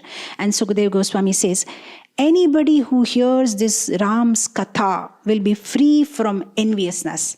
And I thought, see how this enviousness must be such a big problem that even as Falashruti, Sukadeva Goswami puts it that hear Krishna's katha, then this enviousness will go away from your heart, which is disturbing, which is the cause of our existence in this material world. That's why we are here, because of enviousness. So like that, if you simply hear from Srimad Bhagavatam, then the enviousness, that's a Falashruti, that's the fruit of hearing. The enviousness goes away. And what happens when you continuously do Shravanam and Kirtanam? You are conscious of Krishna. You are conscious of Krishna, and that is what is going to deliver us. When I talk about this topic of enviousness, sometimes devotees will ask, Mataji, Shishupal was envious of Krishna and he got delivered. So is it okay if I'm envious of Krishna? No, it's not okay. Because the problem is, Shishupal was envious only of Krishna. We are envious of everybody. that is not going to help us. If we are envious only of Krishna, it would have helped us. But it's not that we are envious of everybody. See, Shishupal did not get delivered because he was envious of Krishna. Shishupal got delivered because he was conscious of Krishna. So he was envious, and because of that he was conscious of Krishna. So what delivered him was not his envy. What delivered him was his consciousness of Krishna. So are you that envious of Krishna that you are always conscious of Krishna? Then you will be delivered. But the problem with us is our envy is little different. Our envy is we are only obsessed with ourselves. Our problem is we are self-conscious, conscious about ourselves and forgetful of Krishna. So no deliverance is going to happen. We are forgetful of Krishna and conscious of ourselves, self-conscious. But Shishupal was conscious of Krishna because he hated Krishna. He was envious of Krishna, and so he got delivered. So the whole point is, the Shishupal Leela is just to drive the point that how, the potency of remembrance of Krishna. It's not about to highlight, wow, you can be envious of Krishna and you'll be delivered. It's not about, focusing on the negative. It's on focusing on the potency of how, if you are conscious of Krishna, jeno teno prakarena, by whatever way, if you are conscious of Krishna, you will be delivered. So, Shravanam and Kirtanam. Other thing what we can do is, remember those personalities who are non-envious. If you constantly remember them, what Padma Puran says, if you keep on thinking about somebody, 1% of their quality you will get. So whom should we remember? Who are the non-envious people? Sada Goswamis, Rupa Goswami, Sanatan Goswami, Gopal Bhatta Goswami, Raghunath Das Goswami, Raghunath Bhatta Goswami, Jiva Goswami. That is why what are we doing? Every single day we pray.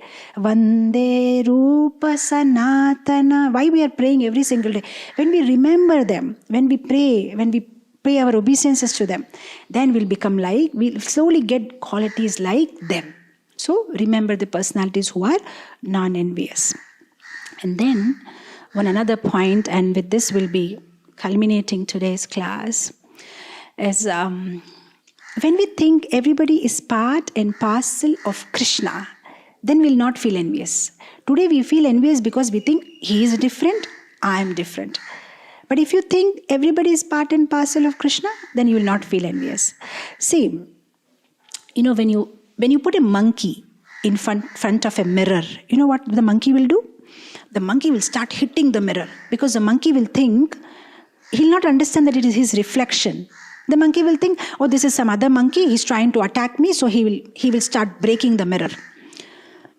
If you ask a human being to stand in front of the mirror, he won't start breaking the mirror. He knows, oh, this is my reflection, it's me only. That much sense we have as a human being.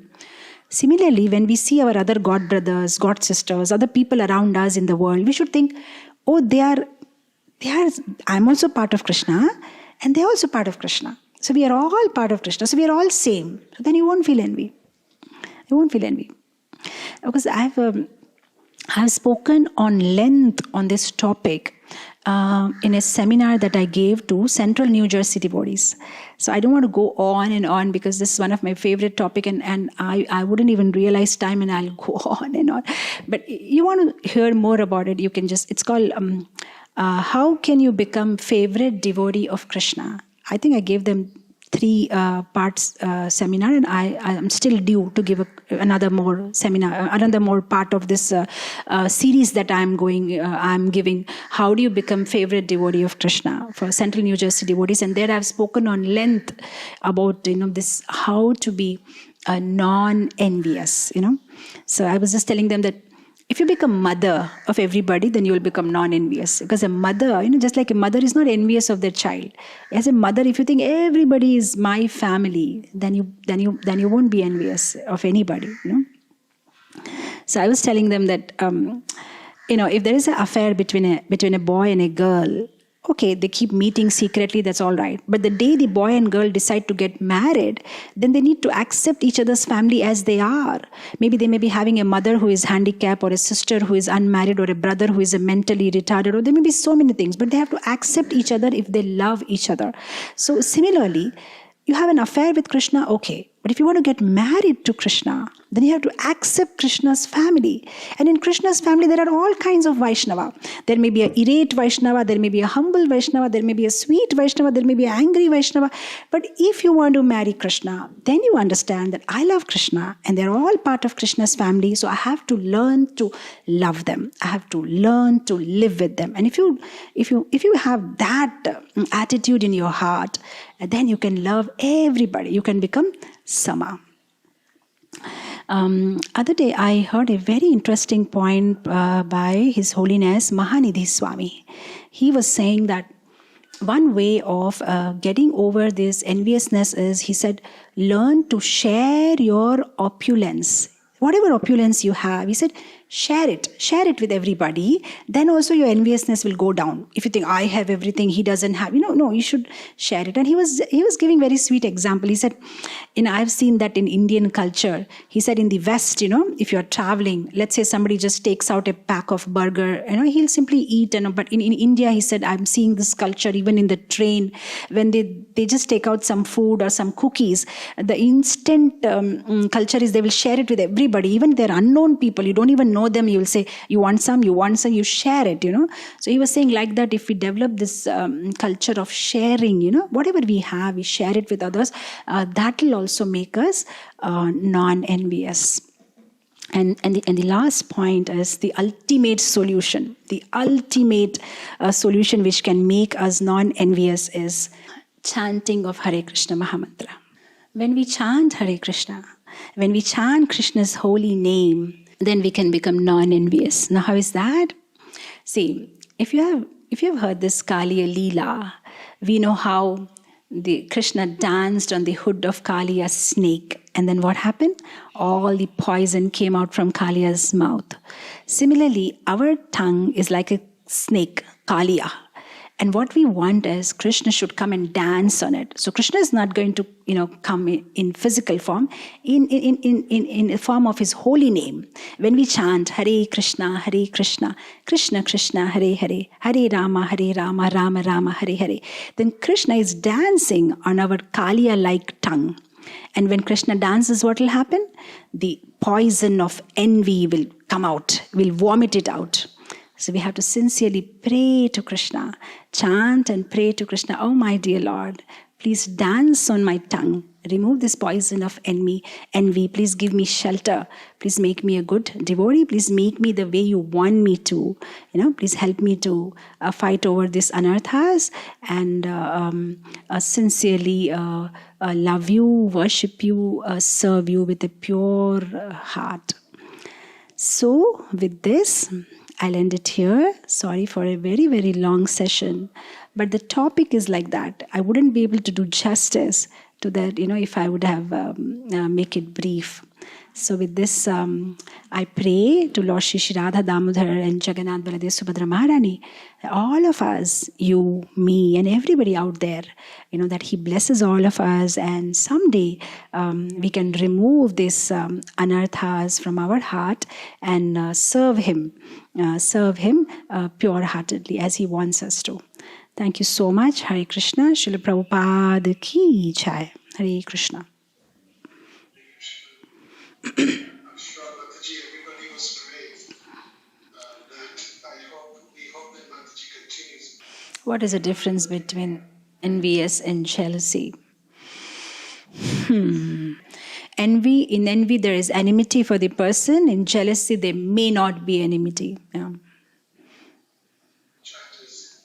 When I feel that someone is envious of me or the service I do, I feel like giving up my service. Is that okay? When you feel that somebody is envious of you, then you feel like giving up the service. Envious of me or the service I'm doing because of certain service I'm doing. I can feel and sense it that somebody is envious. So at that point I feel like giving up my service. Is that okay? Maybe instead of giving up the service, you can make the person partner in your service. If you see that person is envious of you, then you make the person partner in your service and try to share credit and take guidance. That way the person will feel comfortable. So sometimes if, you're doing well and somebody is envious of it and you're having that feeling, so instead of giving up this service, maybe you can make the person partner in your service. You give credit or take guidance and take a humble position. Maybe that person will change over the period of time. So instead of running away from the problem, maybe you can try and sort it out. Almost all the time when you take up a humble position, you'll always see there will be a change in the other person.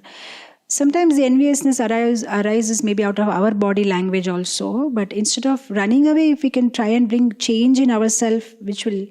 See, I'm not saying that it's always, we who needs to make a change somewhere and that may have an effect on the other person. It may or it may not have. Even if you try to change your behavior, the person may not change. But it's well worth that trying then to leave serving Krishna, whatever you are serving, so you can continue. If you are happy with your service, you are enjoying to do it, just go ahead and do it. But try and take a humbler position. We see even in that pastime of, the 4 Kumaras going to Vaikuntha, and we see how when Lord Vishnu takes up a humbler position, asking forgiveness, and immediately these people become so embarrassed, why did we show anger? So it's something like that, with the devotees also. If you just take a humble position, no matter how hard-hearted the other person may, they'll almost all the time, they may melt away. So you can try doing that, Just take a humble position, take guidance from them, okay, it's okay how I'm doing, shall I do it this way, shall I do that, try and share credit, make them partner in your service. So like that, Person becomes envious when they feel they can't reach us, or they feel, like I was just saying, what Mahanidhi Swami said, share. When you share your credit with everybody, there are less chances of person becoming envious. And now again, I'm just making a general statement. I don't know specifically what may be the reason of why enviousness is coming, but you can check for yourself why it's arising and what you can do about it. There's another question in chat. The basic definition of envy is having everything for oneself. Then how was Shishupal being envious of Krishna? Can you go again for the question? The basic definition of envy is having everything for oneself. Then how was Shishupal being envious of Krishna? Why do we say that Shishupal was envious of Krishna? Because Shishupal wanted to have everything for himself. He was upset that how come Krishna gets to be so famous? How come Krishna gets Rukmini? How come Krishna looks so effulgent? How come Krishna gets Agra Puja? Krishna got Agra Puja in the fire sacrifice conducted by Yudhishthira. That made Shishupal envious. Krishna got married to Rukmini, whom he was supposed to get married, so that made Shishupal envious. Krishna was very popular and appreciated by everybody, and that made him envious because he wanted to be there. So enviousness, the feeling is a longing to have everything for oneself, or longing to have something that somebody else has. You want to be like him, want to look like him, you want to have wealth like him, you want to be, rich like him, you want to be popular like him, you want to be known like him. So like that's a longing. Somebody else has something and you want it for yourself. That is enviousness. Right? So that's what so Shishupal was envious of Krishna.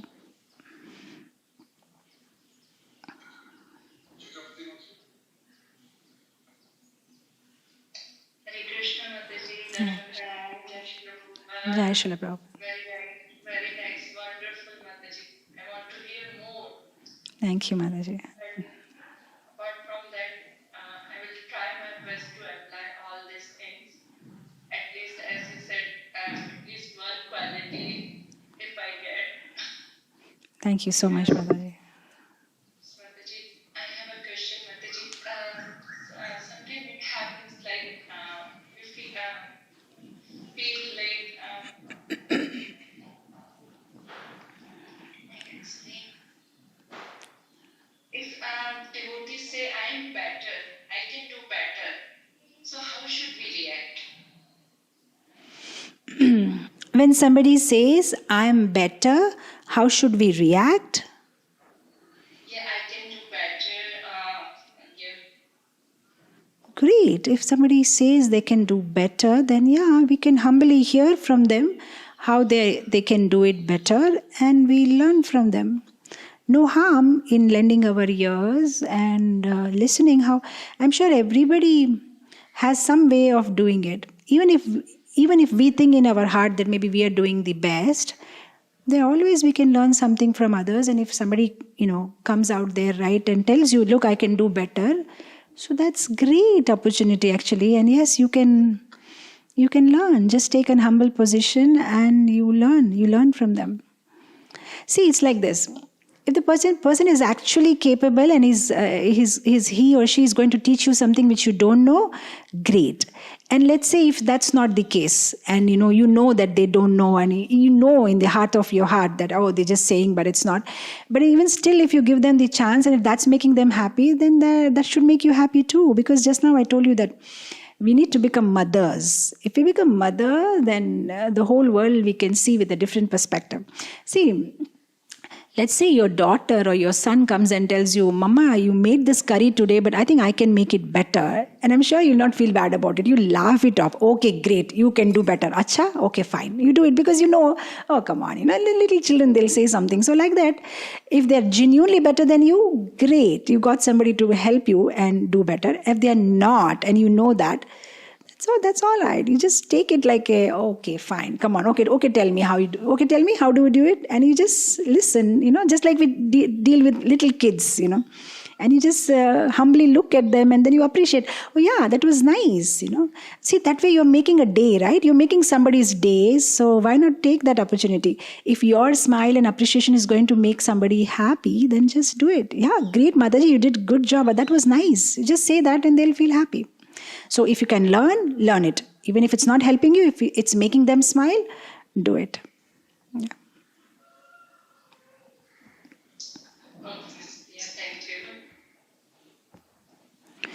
Thank you.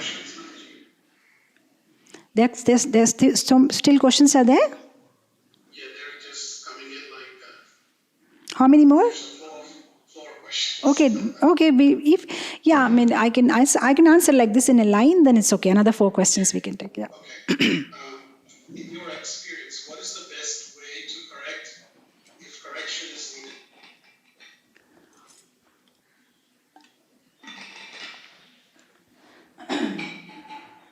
Okay. Your question is, what is the best way to correct somebody if correction is required? Now again, this is on different levels. Are you talking about correcting some superior? Are you talking about correcting somebody who's on your level? Or are you trying to correct somebody who is junior or new in Krishna consciousness? Now there are various ways. With different people, you'll deal in a different way. So when you're trying to correct somebody who is a junior also, the whole point is, if you have invested enough in somebody's Krishna consciousness, then they will take your correction very positively. For example, if you are a leader, a temple leader, and you haven't invested on their journey in Krishna consciousness, but then you're always there to correct them, definitely they'll not appreciate that. See, in their journey in pursuing Krishna consciousness, they're alone. But as soon as they do a mistake, you are there to correct them. They're not going to enjoy that. But if they see that you're genuinely, you have participated in their journey, you were there with them by their side, holding their hand, guided them, then they really don't mind, they really take it so positively when you correct them. So they feel happy. As far as the people on your own level is concerned, before you correct, you appreciate. Before you correct, you appreciate. You give lots of respect and with lot of affection. And then, you very subtly you correct. And then again, it depends upon what kind of people you are dealing with. Sometimes some people are so open and they wouldn't mind. So you be sensitive with whom you are dealing and, how much you can, their mentalities, if they are how sensitive or they are. So according to that, you correct. With the seniors, unless and until it's in your jurisdiction and it's something you really need to do, better to stay away because... Vaishnavir Kriya Mudra, Vigne na Bujai. You don't know. Even great scholars, great people also cannot understand why the Vaishnava behaves in a certain way or does not behave in a certain way. It's so difficult to understand. So the whole point is better to give a benefit of doubt all the time, even before you take any step to correct anybody for that matter, especially the seniors, because sometimes you are seeing things from your side of the table and maybe from his side of the table things may be different. Also, sometimes there may be insufficient data. What you know about a particular incident, situation may be insufficient data. You know just a little bit, but there may be a whole picture. Better to avoid, unless and until it's something which is really disturbing you and it's really going to harm the temple or harm your Krishna consciousness or harm others' Krishna consciousness, and you have to go out there as a savior and you feel the necessity without you, nobody else is going to do it, then you go ahead. But mostly it's better to avoid, and or otherwise sometimes you can do it via somebody instead of you going all out, out front. You just share it with somebody or share it with your mentor or share it with somebody whom you are comfortable and take guidance. How should I approach? What should I do? This is what has happened. And then,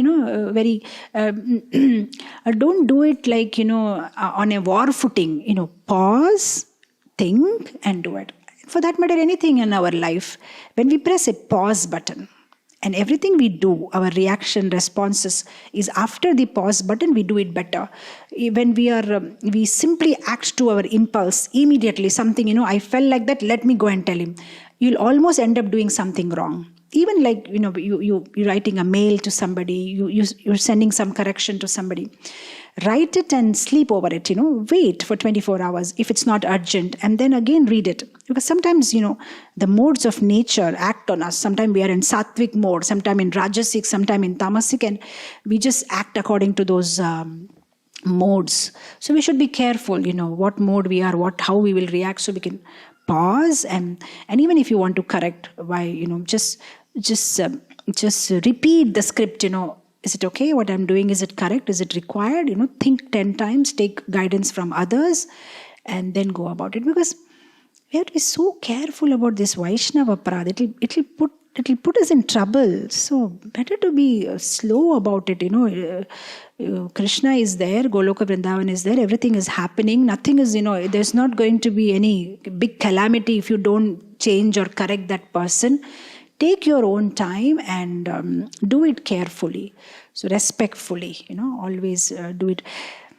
It should not be artificial. Our intention should be correct. That's very important. Sometimes, devotees, externally the body language may be very respectful. They will do Shakshat Dandavat Pranam and please accept they'll say everything, and then they'll say something which is so hurting to the other person. So we have to be so careful, we shouldn't be like, with our one word just hurt 10 hearts and, because what Skanda Puran says that even when you disrespect a devotee, it's aparad. When you it's like killing somebody, especially those who are respected. We have to be so careful in our choice of words. What we say shouldn't hurt anybody. We have to be very. Sometimes you physically hit somebody. After a few days, the pain goes away. But when you say something, you can't take back your words, and sometimes they just stay with them forever. So very important is your intention. Of course, intention and presentation. Usually people give 90% marks to your presentation and 10% to your intention. Their whole thing is how did you present is very important, very arrogant and 10% is your intention. But Krishna knows our intention. So intention also should be pure. We really wanted to make this correction genuinely because we feel the necessity, or we just want to show our superiority that I know better. So check your intention before you go ahead to make that correction. Yeah, it's a long topic. We can go on and on, but I hope this helps you. Very much. Another question which I ask is, when I hear a talk on this topic like today, I feel like changing myself. But next morning, I ended up doing the same mistakes of criticizing and finding fault in others. Okay, so your question is that I get inspired when I hear the class, but again we come back to square A. So why this happens? So this happens almost all the time. It's not only this, anything that you do, we get inspired, but that inspiration to stay stronger and longer, you will have to even create the environment to facilitate that inspiration to grow in your life. So yeah, you may be inspired by something, but you have to even create the environment to facilitate the growth. That means today I have decided, after this class, I don't want to be envious of anybody. I want to be a humble and nice Vaishnava. So how do I grow that inspiration which has just now come into my heart? Is I nourish it. So that means it's not stopping that I heard the class today. I'll hear it again, and I'll hear it again, and I'll hear some more classes, and I'll do more Shravanam and more Kirtanam, and slowly I will improve. So sometimes certain classes which you have which have inspired you, you can always keep them, like your capsule. And then after sometimes when you feel dull again, you just hear the same class again, and then you hear the same class again, and then that will again inspire you, or related classes. So the whole point is, the Bhakti Lata Bij, even in our Krishna consciousness, that has been given freely to us, but to nourish it is our job. So yeah, sometimes we get inspired, but we'll have to nourish it. See, you when you are in the deep dark forest, you may somehow work hard, try and get some twigs together and light up, some fire. That was difficult by itself, but what will be more difficult is to continue the fire. You have to go on collecting twigs and make sure that the fire is lit on and doesn't get extinguished. Same thing happens with our spiritual life also. We all get inspired very quickly and very easily. Doesn't take much endeavor. 1 hour class and we will be on our high. But to keep the high stronger and longer, we have to facilitate it. And that facilitation is the right association. Whether Vani or Vapu. Whether you hear classes or associate with devotees who have that same mentality, but that is required. Otherwise, it will become like our New Year resolution. By the second week of January, it's all gone to the trash. It will happen like that. So, and don't have to feel bad about it. I think that's a story of everybody's life. We all get inspired by something, and then we'll get again, it's not about, why this is happening. It'll happen, but again get up. And then again it'll happen, and again get up. And it's a part of life. The only thing is, if you keep on doing it regularly, the frequency of falling down will reduce. Initially, maybe every two days you used to get angry and again envious. But if you keep on hearing, now instead of 2 days, every 2 months you will have that, you'll have that anger or enviousness. Then again every 2 years. Then it will become every 10 years, like that. Slowly, in the graph, the frequency will reduce. I'm not saying it will immediately diminish, but frequency will be reduced, and that's a good sign, and we should be happy about it. And slowly it will get better. Thank you, Mataji. The extension of the correction question that was there earlier.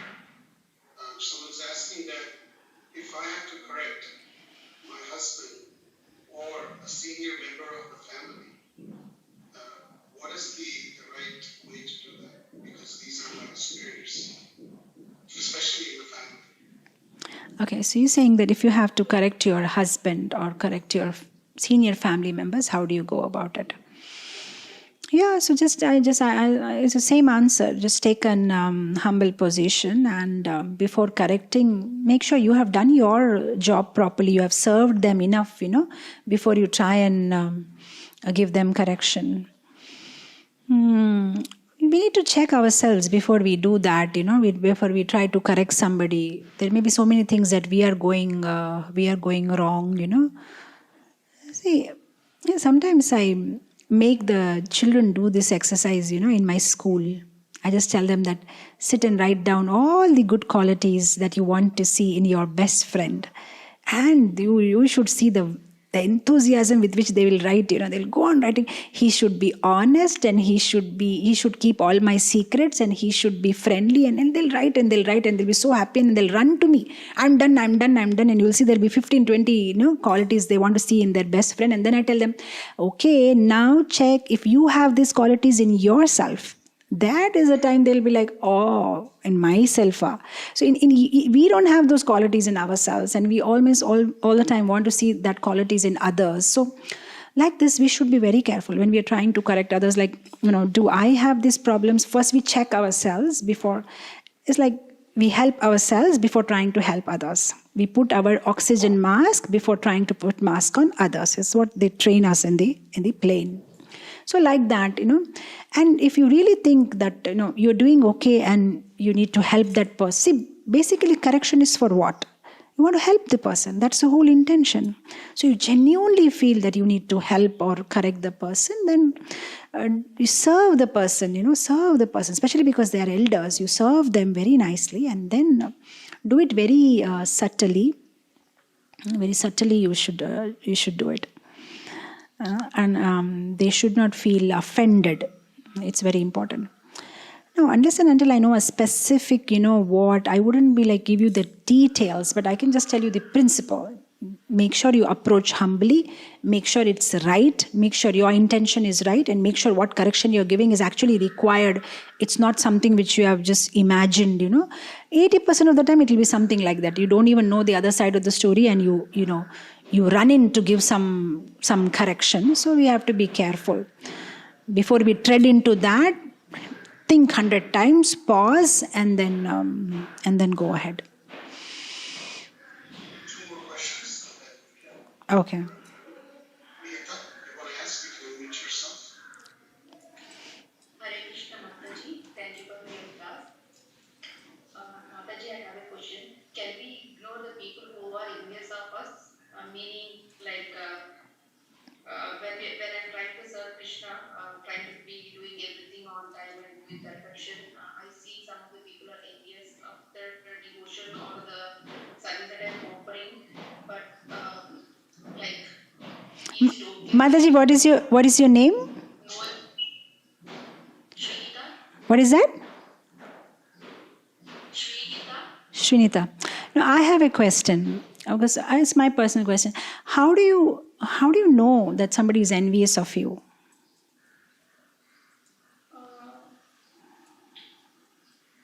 By the looks, maybe. No, because I genuinely have this question because I don't know. Many times people ask me they are envious. This person is envious of me, but I really wonder how do they even realize that somebody is envious? Because I don't know.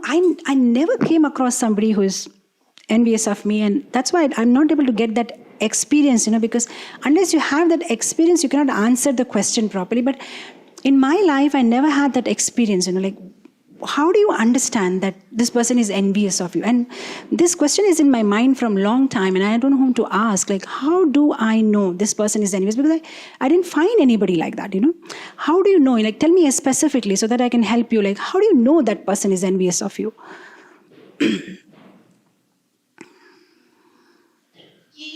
There is something which you cannot explain, but this is the feeling. This is not they won't use the words, but the looks or some kind of I don't know how to express it, but there is some kind of pulling inside. You can understand that when there is some negativity or anything around you. Or If the enviousness is only expressed by their body language and not by any words, then you also give them some good look back, They're just looking at you with enviousness is what you feel, and you just give them a good look back. I don't know. Somebody's fighting with looks, you fight with look. Somebody fight with word, you fight with words, right? So if you think that the look of it makes you feel that they are envious, so okay, you just give them a good look back. If they are envious, you just smile and you be more humble and you try to be more friendly and nice, and maybe they'll give up that look. Now, why I'm telling you this is because sometimes I feel maybe we just misunderstand people, Like you may just feel this person is giving... You may just feel that this person is envious of you. That may not be the question. See, I'll give you one example. In India, cricket is very popular sport.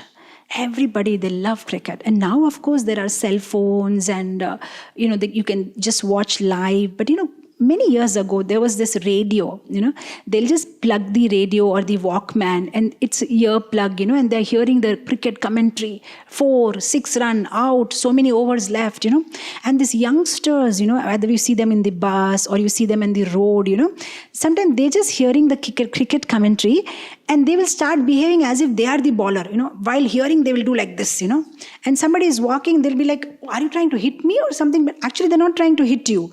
That commentary is going on and he's just making all that actions, he'll do like this, as if he's batting, as if he's bowling, all kinds of actions he will do. If you are not from India and you don't know about the sport cricket, you will end up thinking he's mad fellow or what, trying to hit. But because it's harmless boy, just enjoying his cricket. But the actions are like that. So sometimes we may assume somebody is envious of us because he's giving us that look, but it may not be true. Maybe something else is going on in their mind at that particular time. Maybe you just assuming it to be like that, See, like, look, let's say I did something very nice. Maybe I made very beautiful DT dress and I'm really expecting everybody to appreciate. And I see this one devotee is having a grumpy face and he doesn't have any appreciation. And I may think he's envious, but maybe it's not like that. Maybe he just put a little more salt in his pasta today morning and he's upset about that. Or maybe he had some fighting with her wife or husband. Or maybe he had some other issue at the office. But that body language, we feel me, towards me maybe because I'm not saying you are wrong. You may be right, whatever you are feeling. I'm sure it's a genuine feeling, but I'm just trying to tell you to look for options, give benefit of doubt. Sometimes, what happens? People put us in a certain frame, frame. You put a photo in a frame. The photo is like this, but you put in a glass frame, it looks different. The same photo you put in a wooden frame, it looks different. Sometimes people put us in different frame. They have some thinking about us. This Mataji is very egoistic. This Mataji is like this. She's always like that. She's all like that. They have put us in a certain frame. It's not their mistake. By mistake, they have put us in a wrong frame. Somehow we just need to come out of that frame and show them, no, we're not like that. I'm not like that. You just have to take that out. So give benefit of doubt.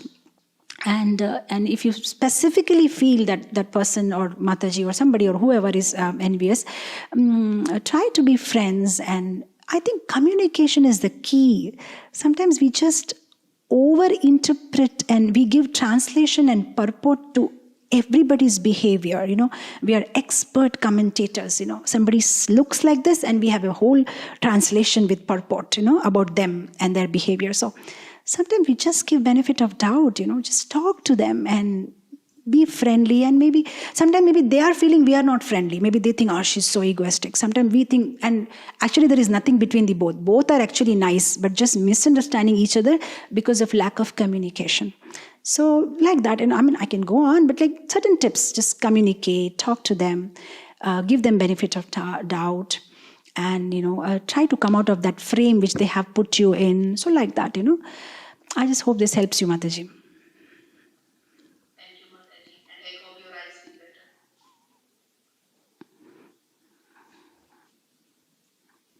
Okay, Ramchandra Prabhu, is the last question now? Yes, unless you're able to accommodate. No, it's just that I need to run for a meeting. Yeah. So last question.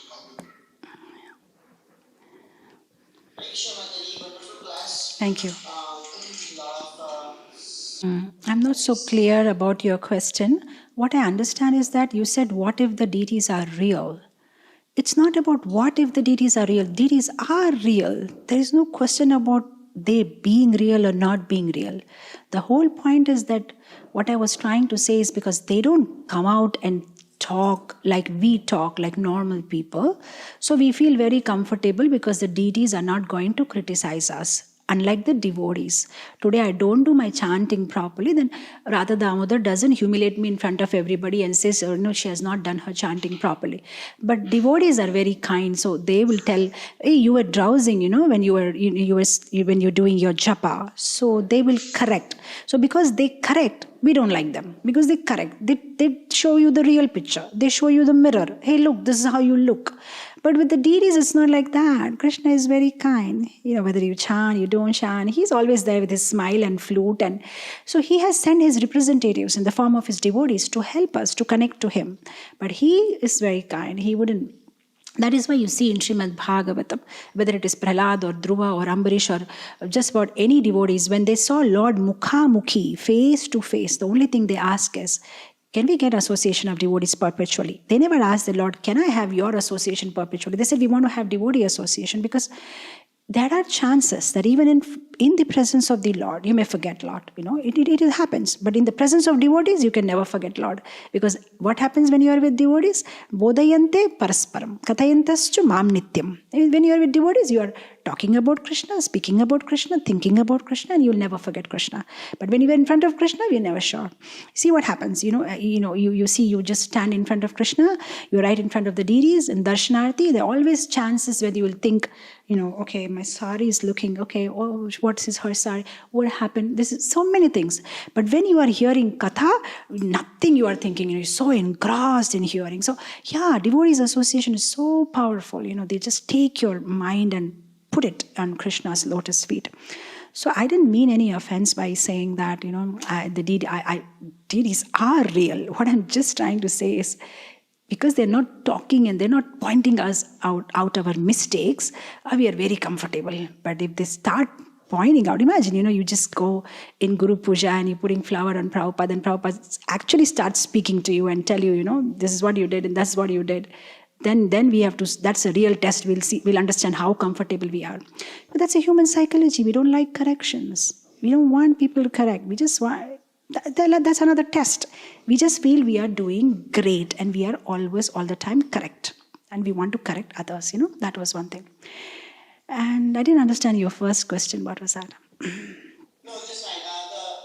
That's nice explanation. First one was just the comment that 6 Okay. tests seems like Okay. very difficult to pass. Okay. Thank you, Prabhu. I hope this has helped you. Yeah. Thank you. Hare Krishna. Thank you so much, Mataji. You've given us double the time. Yes. Yes. We are blessed. We are very grateful. Thank you. Energy. Thank you. So let's thank Mataji again. I'll mute and allow Haribol to. Hare Krishna. Haribol.